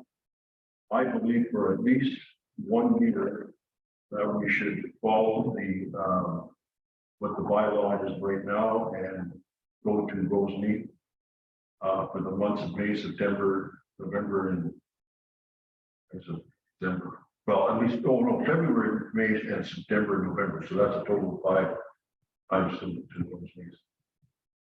And the reason I say that limited to 1 year is because I just want to make sure that people will come to it. I'm not sure we will be able to provide a live service on Zoom. So I think that's important that we do that. But so that's my recommendation. We try it for 5 months, February, May, September, November. And that's the reason I kind of missed the summer one is because August, we don't normally have a meeting. So that would be 4 times. Anybody else have any other thoughts or comments? Go ahead, Mary Catherine. I'm not sure if that's a motion because you're the mayor. Would someone else have to make that motion? I open it up to discussion. Okay, so I would also support that, but I think it should be in the fire hall just because A, it has more space, and B, it has better opportunity for technology. Thank you. Go ahead. To you, Mayor. And I would like to have the fire chiefs input in that. If we are having a council meeting in the fire hall, I do get concerned if there is an emergency that where fires are coming in and out, and we have public coming in and out. So if before it's set into stone that it would go there, I would like to get some comments from our fire chief, just using the facility for a public meeting in the evening. And maybe not so much, but actually the county should be probably involved in that too, because it is half the building. Yeah, and when the facility was constructed, it is a training room and stuff like that. It really wasn't with the idea of holding council. So again, I just want to, keep our fire chief involved and get some input from him. Deputy Mayor Schulberg. But I do really would like to keep the meetings at the ACC. I think that that bigger room, we could fit in there. That was my thought. And you bring up a good point, CAO Gilmore, about I never thought of the fire because I didn't think fire building being a good spot for it. But I do see now you're taking a bunch of people into an emergency session area. So I think I would leave it recommendation would leave it at the ACC. The other thing I'm looking at is the third Thursday meeting at night. That is Ganaraska and Lord Trent meeting. I'm wondering if we could move it to a Tuesday night, the third Tuesday of the month. That would be Go ahead. Or to switch the first Thursday of the month being the one that's in the evening and the third Thursday in the daytime. Well, through you, Councilor, pardon, CEO. yeah, and, yeah, I guess we could switch staff reports, and what my idea was to have our main staff reports on the council at your day meetings. That way, Yes. I can sort of control staff time. It's something that we would have to look at with, the staff members that you want at every council meeting. But, you know, so I would just, if you do go in the evening at 5 p.m., those meetings would just be for anything special, emergency, that I can bring staff in, do the report. And stuff. So I just need to control staff time as well. But just my to you, Mayor Lowell, is that two of us wouldn't be able to get to those meetings if they're the third Thursday, so. Is Thursday the best day? Should it be Tuesdays? Yeah, Well, Like for Thursdays, on the third Thursday of the month, I will be at either Lindsay or Port Hope or Halliburton with the public health. Public. Yeah. Yeah, that's what I'm going. Is Tuesday evening or like days better for council than the Thursdays? that would be, I'm just trying to figure out how to. We get could that. change the entire, like the day, instead of always having our meetings on a Thursday, we can switch them to Tuesday. Tuesday all day. Yeah, this morning. Tuesdays. Well, Tuesdays, depending on what time, if you want, the first Tuesday of the month, it would be at 12:30 or 1, whatever you guys decide, and then if you want the evening meeting, it could be a Tuesday at 5 p.m. at ACC. So you can just switch the entire Thursday to Tuesday. Tuesday.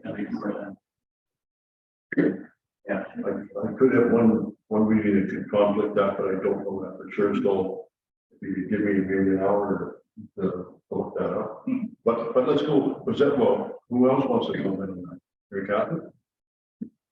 I'm just looking at the planning meeting times, and this was the question I had this morning for our planner. It's showing here that all the other municipalities have their planning meetings in the evening. Do you actually think that that is something that's needed here for us, or is it working having daytime meetings?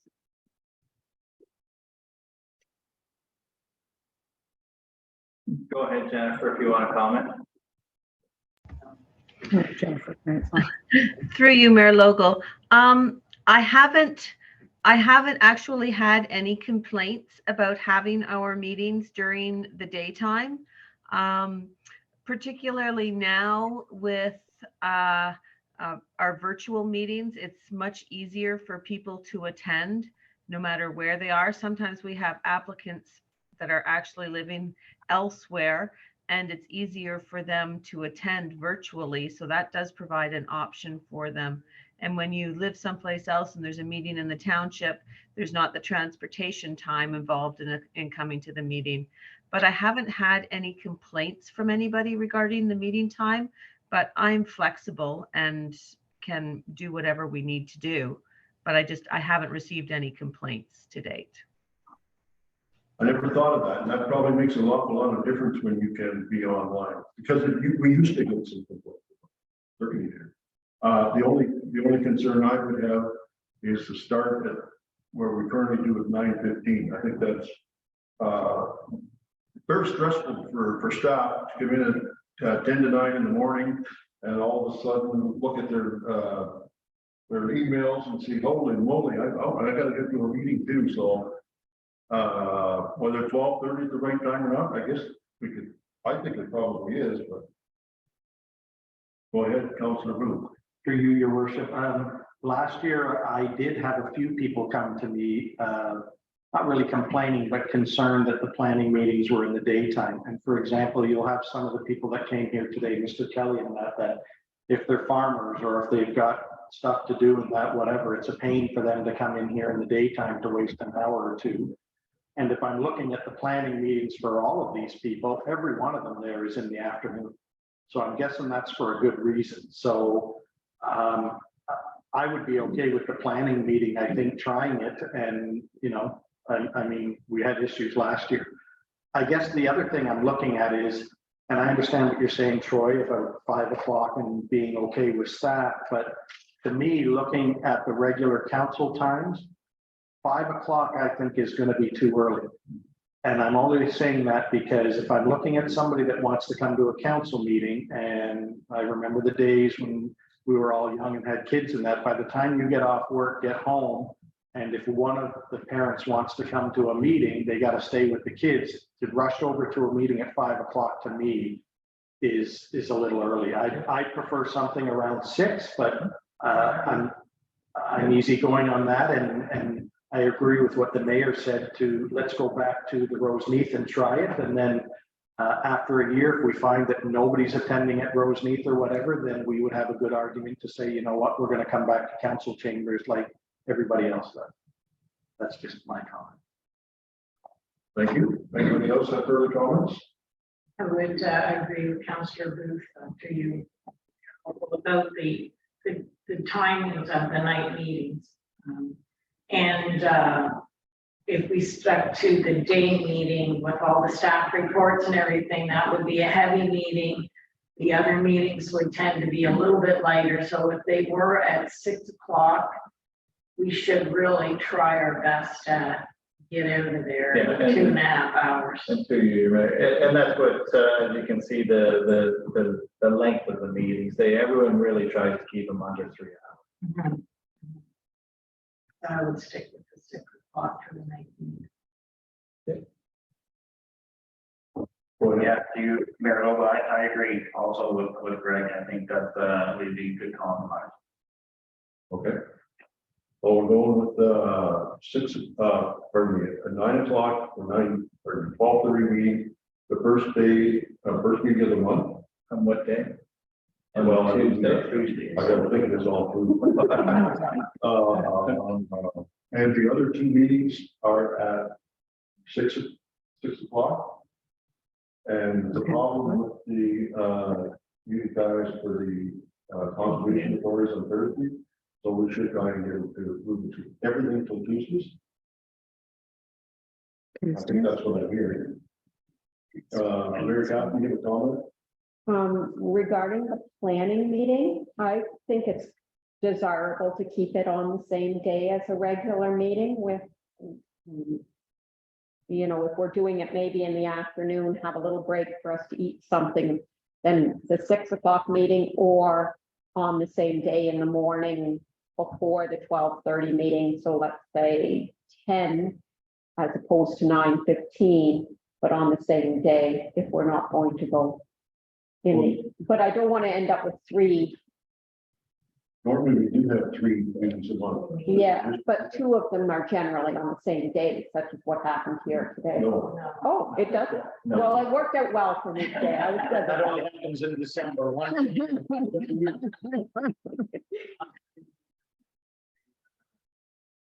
Clerk and every people, it's a little would be too much. Right? Planning. Just getting. Yeah, and depending on how heavy Jennifer's agendas are, because we've had a number of applications, but that meeting itself has taken quite a bit of time. So, and we don't know how many items are coming forward until people apply for it. So I don't know if Jennifer might be able to give you an example, but I remember one meeting, I think we had like 14 applications or something. So it's just best to separate them.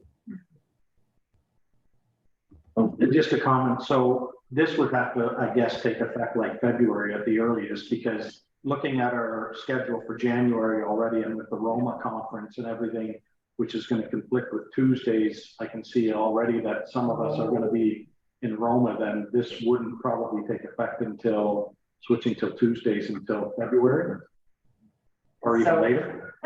Probably later, only because I'll have a report going to you next week. We've had to change some of the dates for the budget meetings, so we've had to eat into February time. So I would say probably we could bring forward the procedural bylaw at our January 19th meeting and then have it effective March. So we're okay keeping our calendars with January, just so that I know when I'm doing planning that we're okay for those dates, and anything after that is maybe. Yeah, so in the report that I'll be bringing forward on Tuesday, one of the issues is the planning meeting that we have scheduled for the Thursday. We're going to move it to the Friday. Thank you. And the budget will be pushed back a little And bit. the budget we put forward.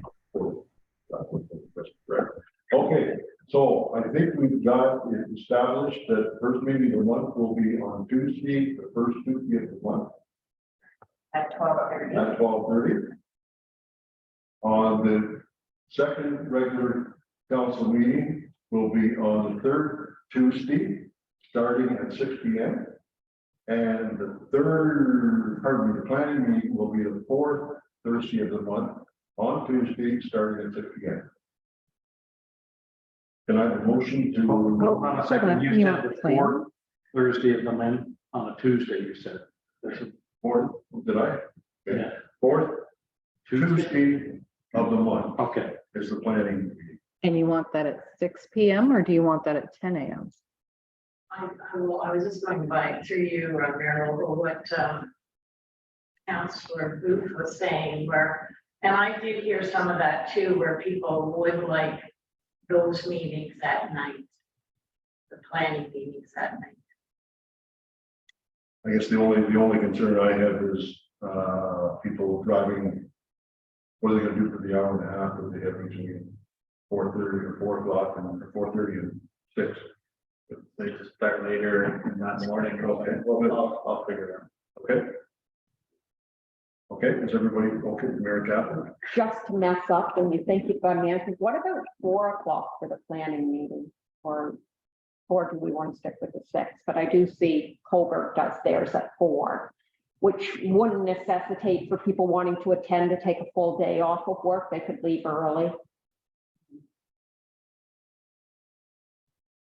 Councilor Wood. I'd even be open to, if you wanted to have 1 month, the planning meeting was in the morning and the next month it was in the evening, so that Jennifer could offer them if it's an issue with them working. It's just that when I look at it, Colbert is the only one at 4. Everybody else is really late. They're 6 or 6:30, right? Yeah. 5 or whatever, so. I mean, For continuity, I think it'd be better to keep the same time itself. you could, I mean, I'm open, right? I mean, Yeah. it's not usually that you see a lot of people come one after another, the same people in the planning meeting. I'm just offering that Yeah. some people might say, Jennifer, I'll bring my severance until it's a day one, or somebody could say, I want it in the evening, but I'm open, doesn't matter to me. I think we should go for and see how it works at 6 o'clock rather than offer too many different things and get everybody confused. And we're the people who can change it, and if we have to change it, we will. So.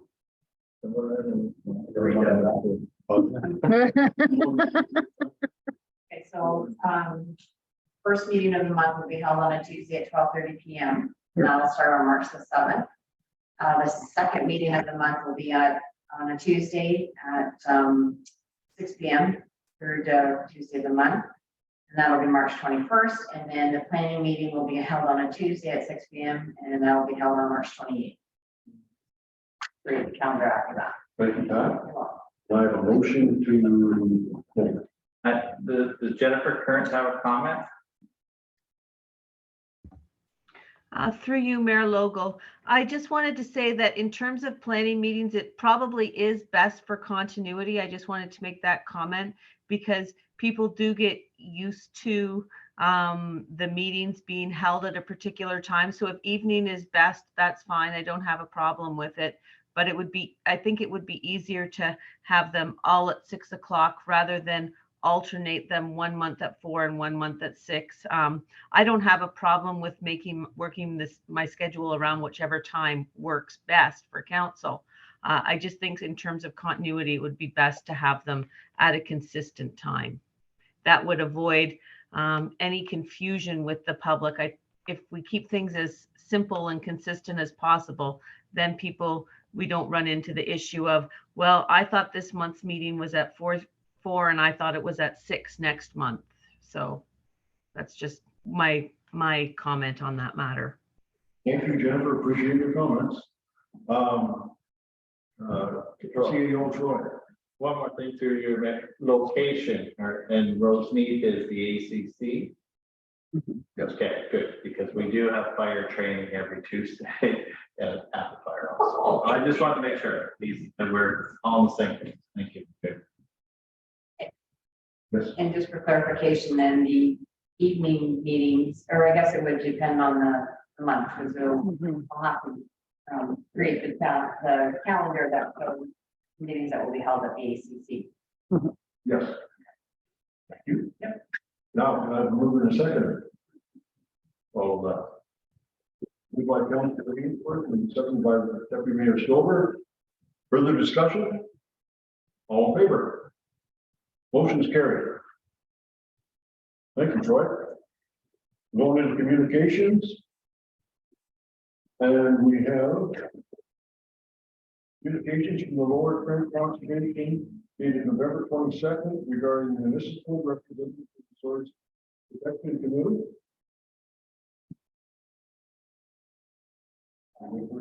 Yeah, so I was approached by the Lower Trent Conservation Authority, and I just want to make council aware. There's one representative, but that representative is for our township, Brighton, Trent Hills, Crammy, Center Hastings, Sterling Rod, City, Quincy West, and Northumberland County. So there's one representative for all of those, and it might end up being from our municipality if we recommend a name, or it might be from one of those participating municipalities. So. And are they one-year appointments or? The last one was for the term of council, so. I was going to recommend, so we can maybe all, you want to check and see how it's going to work. And then bring it back to council. Yeah. See what, we could put somebody on there. So be resolved that the correspondence from the Lower Trent dated November 22nd, 2022 regarding the municipal representative for the Source Protection Committee be received and deferred until we get a report back from the clerk. Mover and seconder. Moved by Deputy Mayor Stover, seconded by Councilor Booth. All in favor? That motion is carried. Next, we have a correspondence from the City of Toronto dated November 25th, 2022 regarding an update on Bill 23. We resolved that the correspondence from the City of Toronto dated November 25th, 2022 regarding the update on Bill 23 be received and filed. Have a move and second for that. Moved by Councilor Ainsworth, seconded by Deputy Mayor Stover. Further discussion? All in favor? Carried. Next, we have correspondence from the town of Aurora dated November 23rd, 2022 regarding support of resolution modifications to the York Regional Official Plan. The city of Stratford dated November 28th, 2022 regarding support of resolution funding and support for via rail services, and the AMO communications dated December 1st, 2022 regarding AMO watch file. And the resolution reads, be resolved that the following correspondence be received and filed. The town of Aurora dated November 23rd, 2022 regarding support of resolution modifications to the York Regional Office Official Plan. The city of Stratford dated November 28th, 2022 regarding support of resolution funding and support for via rail services, and AMO communications dated December 1st, 2022 regarding AMO watch file. Can I have a mover and seconder? Receive and file. Moved by Deputy Mayor Stover, Seconded by Councillor O'Neill. Any discussion? Yes, go ahead, Councillor O'Neill. Could we add, Bradford is seeking that we endorse their resolution regarding VIA? And I think that would be good for us because VIA is, I think, something that our residents do want access to. That sounds like a friendly motion. Yes, Secretary, are you okay with that? Yeah, amendment? yeah, exactly, yeah. Okay, and good. Council O'Neill, you're over, well, I guess you are. All in favor then? That motion is carried. We're going into bylaws. Oh, so this is, I just, a couple of questions that came out of the AMO thing. Are we using cloud permits for the chief building official? What's this software? My Lisa. He uses My Lisa. Okay, it just made reference, and also it appears that there's going to be extended eligibility for OMERS. Is this going to have an impact on our budget for the municipality? Is Nicole? Nicole, are you able to, Nicole, are you able to answer that question?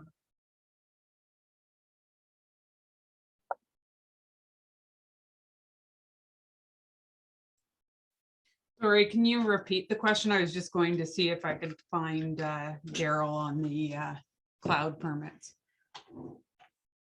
All right, thank you.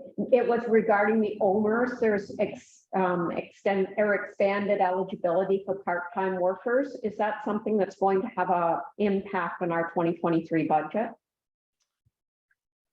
Yes, so through you, Mayor, absolutely. We were required to send out the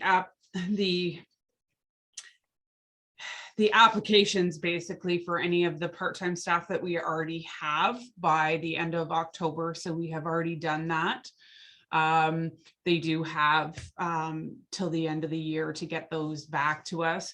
Any new part-time staff that have been brought in since that date, we have to do the same because as of January 1, there is eligibility. So the way OMERS works is whatever we are deducting from the employee, we match that as an employer. So there will be a cost. Does it mean everyone? No, they have to opt in. And that's entirely up to the employee. Thank you, Nicole. Any other further questions? Okay, we'll move on to bylaws.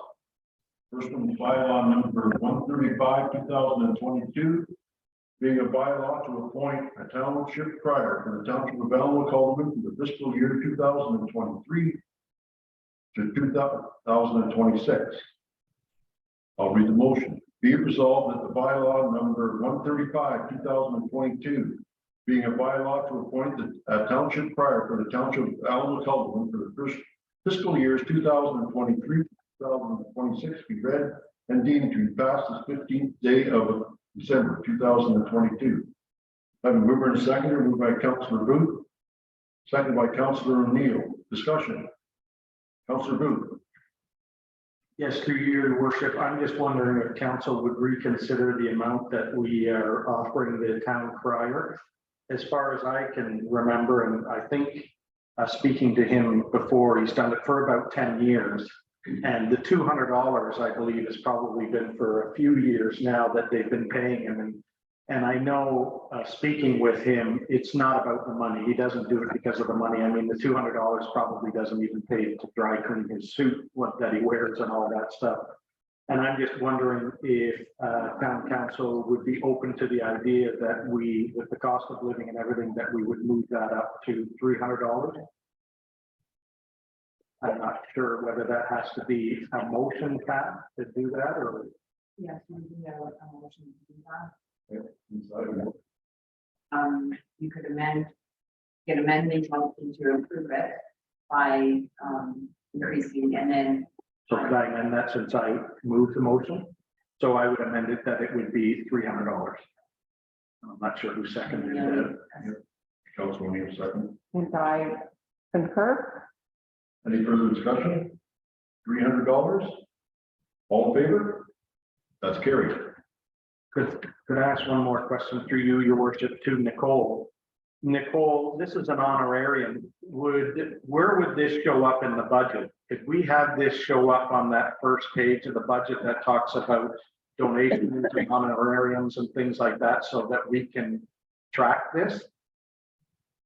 So we can look at that. I mean, to me, it would be the same as other organizations, whether it be Girl Guides or soccer or this or that. It's a community thing.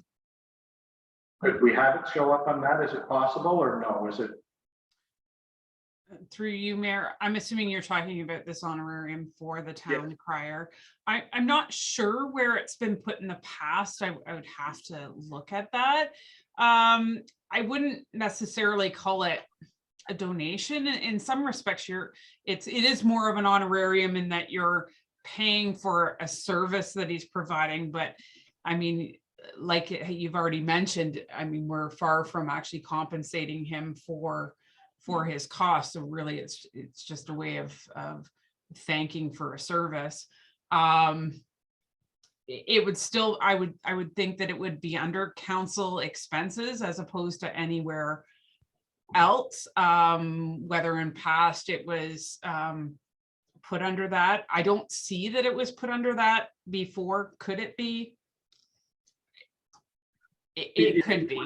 I just wouldn't say it's considered a donation or a grant. It really would be more of an honorarium. And I don't know that we have a specific line, so I'd really have to look to see where we've put it in the past. And the only reason I was asking that is because the nice thing about the donations and grants and honorariums or that is it tracks it for you. So it will show future councils that, you know, if this year he received $300 and maybe 10 years from now, if he's still doing it, somebody might say, listen, he's been doing it for $300 for 10 years and we want to up it again, but that's fine. Maybe if you're doing the budget, if you could see whether it comes out of council's expenses or where that money actually comes from.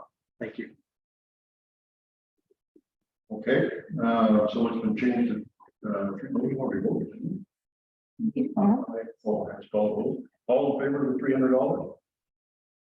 That's carried. I've been asked by a council member to have a 5-minute break. And so we'll do that quickly and be back in 5 minutes. And you move to the second to do that. By Deputy Mayor Stover and seconded by Councillor Ainsworth. All in favor? Carried. 5 minutes.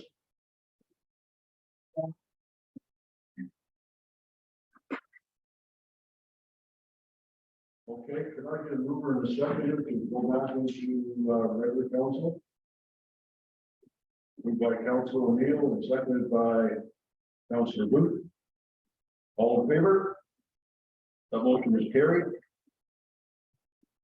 Next bylaw we have is a bylaw number 136, 2022, being a bylaw to authorize the signing and execution of a service agreement for the provisions of livestock claims under the Protection of Livestock and Poultry from Dogs Act, RSO 1990, as amended, and further that Brandon Taylor be appointed as the livestock evaluator for the Township of Alma. I'll read the motion. Be it resolved that 136, 2022, being a bylaw to authorize the signing and execution of a service agreement for the provisions of livestock claims under the Protection of Livestock and Poultry from the Dogs Act, RSO 1990, as amended, and further that Brandon Taylor be appointed as the livestock evaluator for the Township of Alma, be read and deemed to be passed this 15th day of December 2022. Did I have a mover and a seconder for that? Moved by Councilor Booth, seconded by Councilor O'Neill. Any discussion? All in favor? Motion is carried. Being bylaw number 137, 2022, being a bylaw to authorize.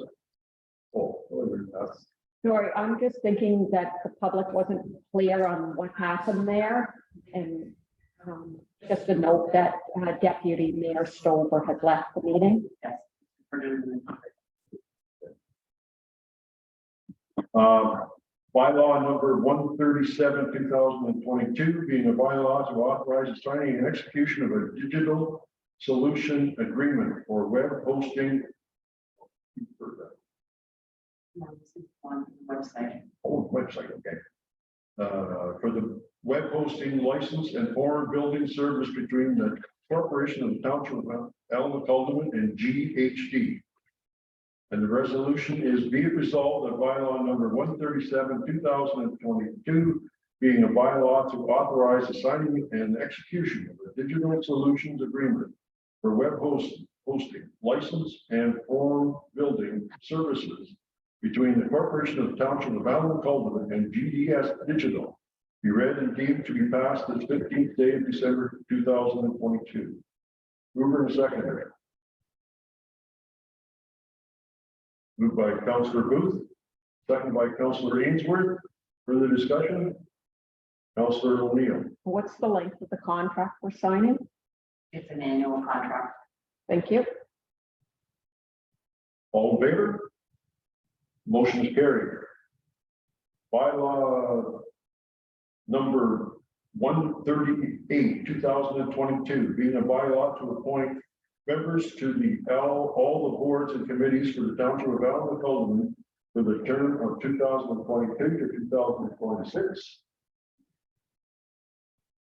Be resolved that bylaw number 138, 2022, being a bylaw to appoint members of all boards and committees for the Township of Alma-Calderman for the term of 2026, be read and deemed to be passed this 15th day of December 2022. Mover and seconder. Moved by Councillor Booth, seconded by Councillor Ainsworth. I wonder if we should just clarify these are the statutory committees, not all of our. It's not all your committees, and the Heritage Committee is not a statutory Okay, committee. But the Library Board is and the Police Services Board is. okay. So just make a note that we are having a special meeting on the 20th. Yes. 20th of December, next Tuesday, and we will be discussing further some of the other committees. So the bylaw will be amended once council just makes those other appointments. The bylaw will be amended. Okay, further discussion?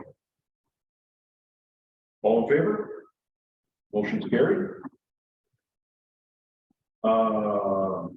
Next, we have announcements and notices of motion. And we'll start off with Councillor Booth.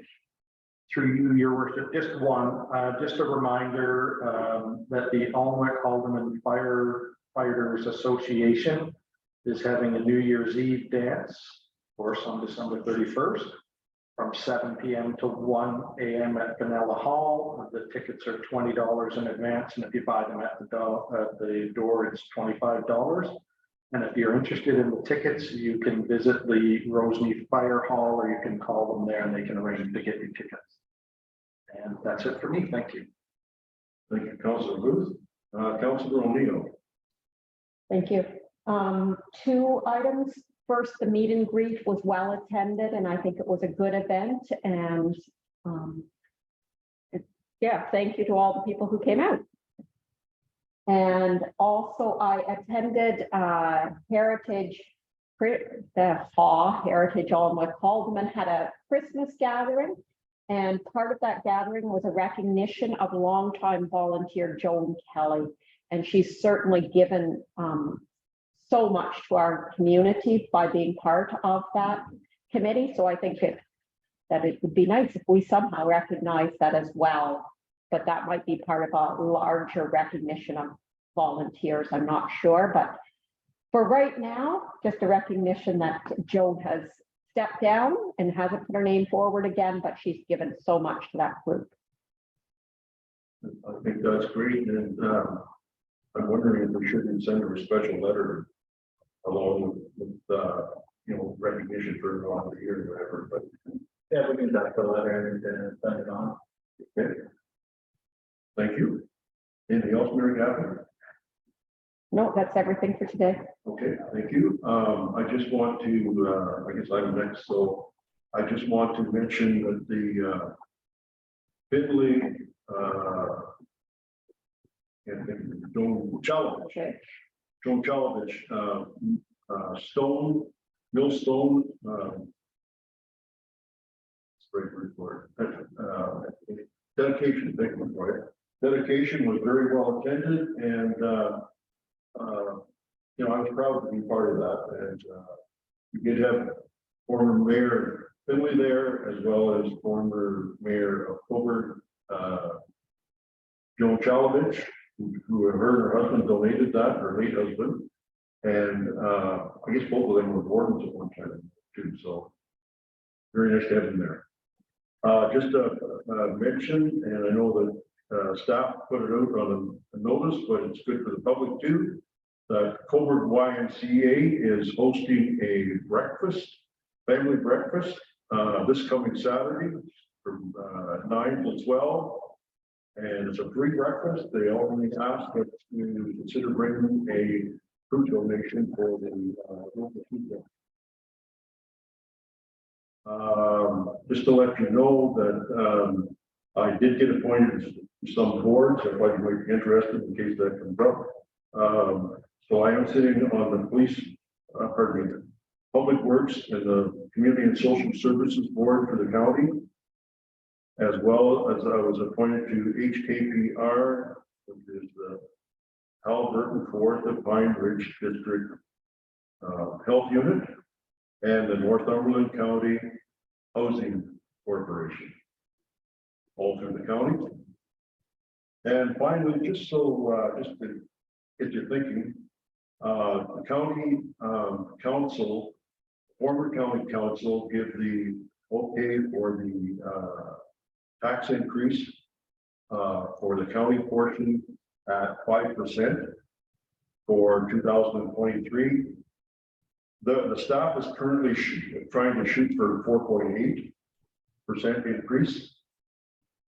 But in order to do that, they are cutting, or they're taking some money out of the reserves to do that. And there's one question: is it a good idea to pull out money out of reserves to pay for that type of stuff? And you know, there is a concern because there's an awful lot of things that are going on in the county that they have planned, particularly the Trent River crossing in Campbellford. That new bridge is supposed to be done within the next 10 years, and that's very expensive. And of course, the Golden Bow Lodge that we're in the process of building and should open, I don't know exactly when. I think it's next year. We're supposed to open this year, but they're not ready to open it yet. So that's about all I have. Councilor Ainsworth. Thank you. Okay, council was planning on going into closed session. However, we've decided to move that to next Tuesday, where we'll have a special council meeting scheduled already, but we will put the closed portion of this meeting on, and we'll start that meeting, or pardon me, put the closed session on first, and we may have to move that meeting up to 11 a.m.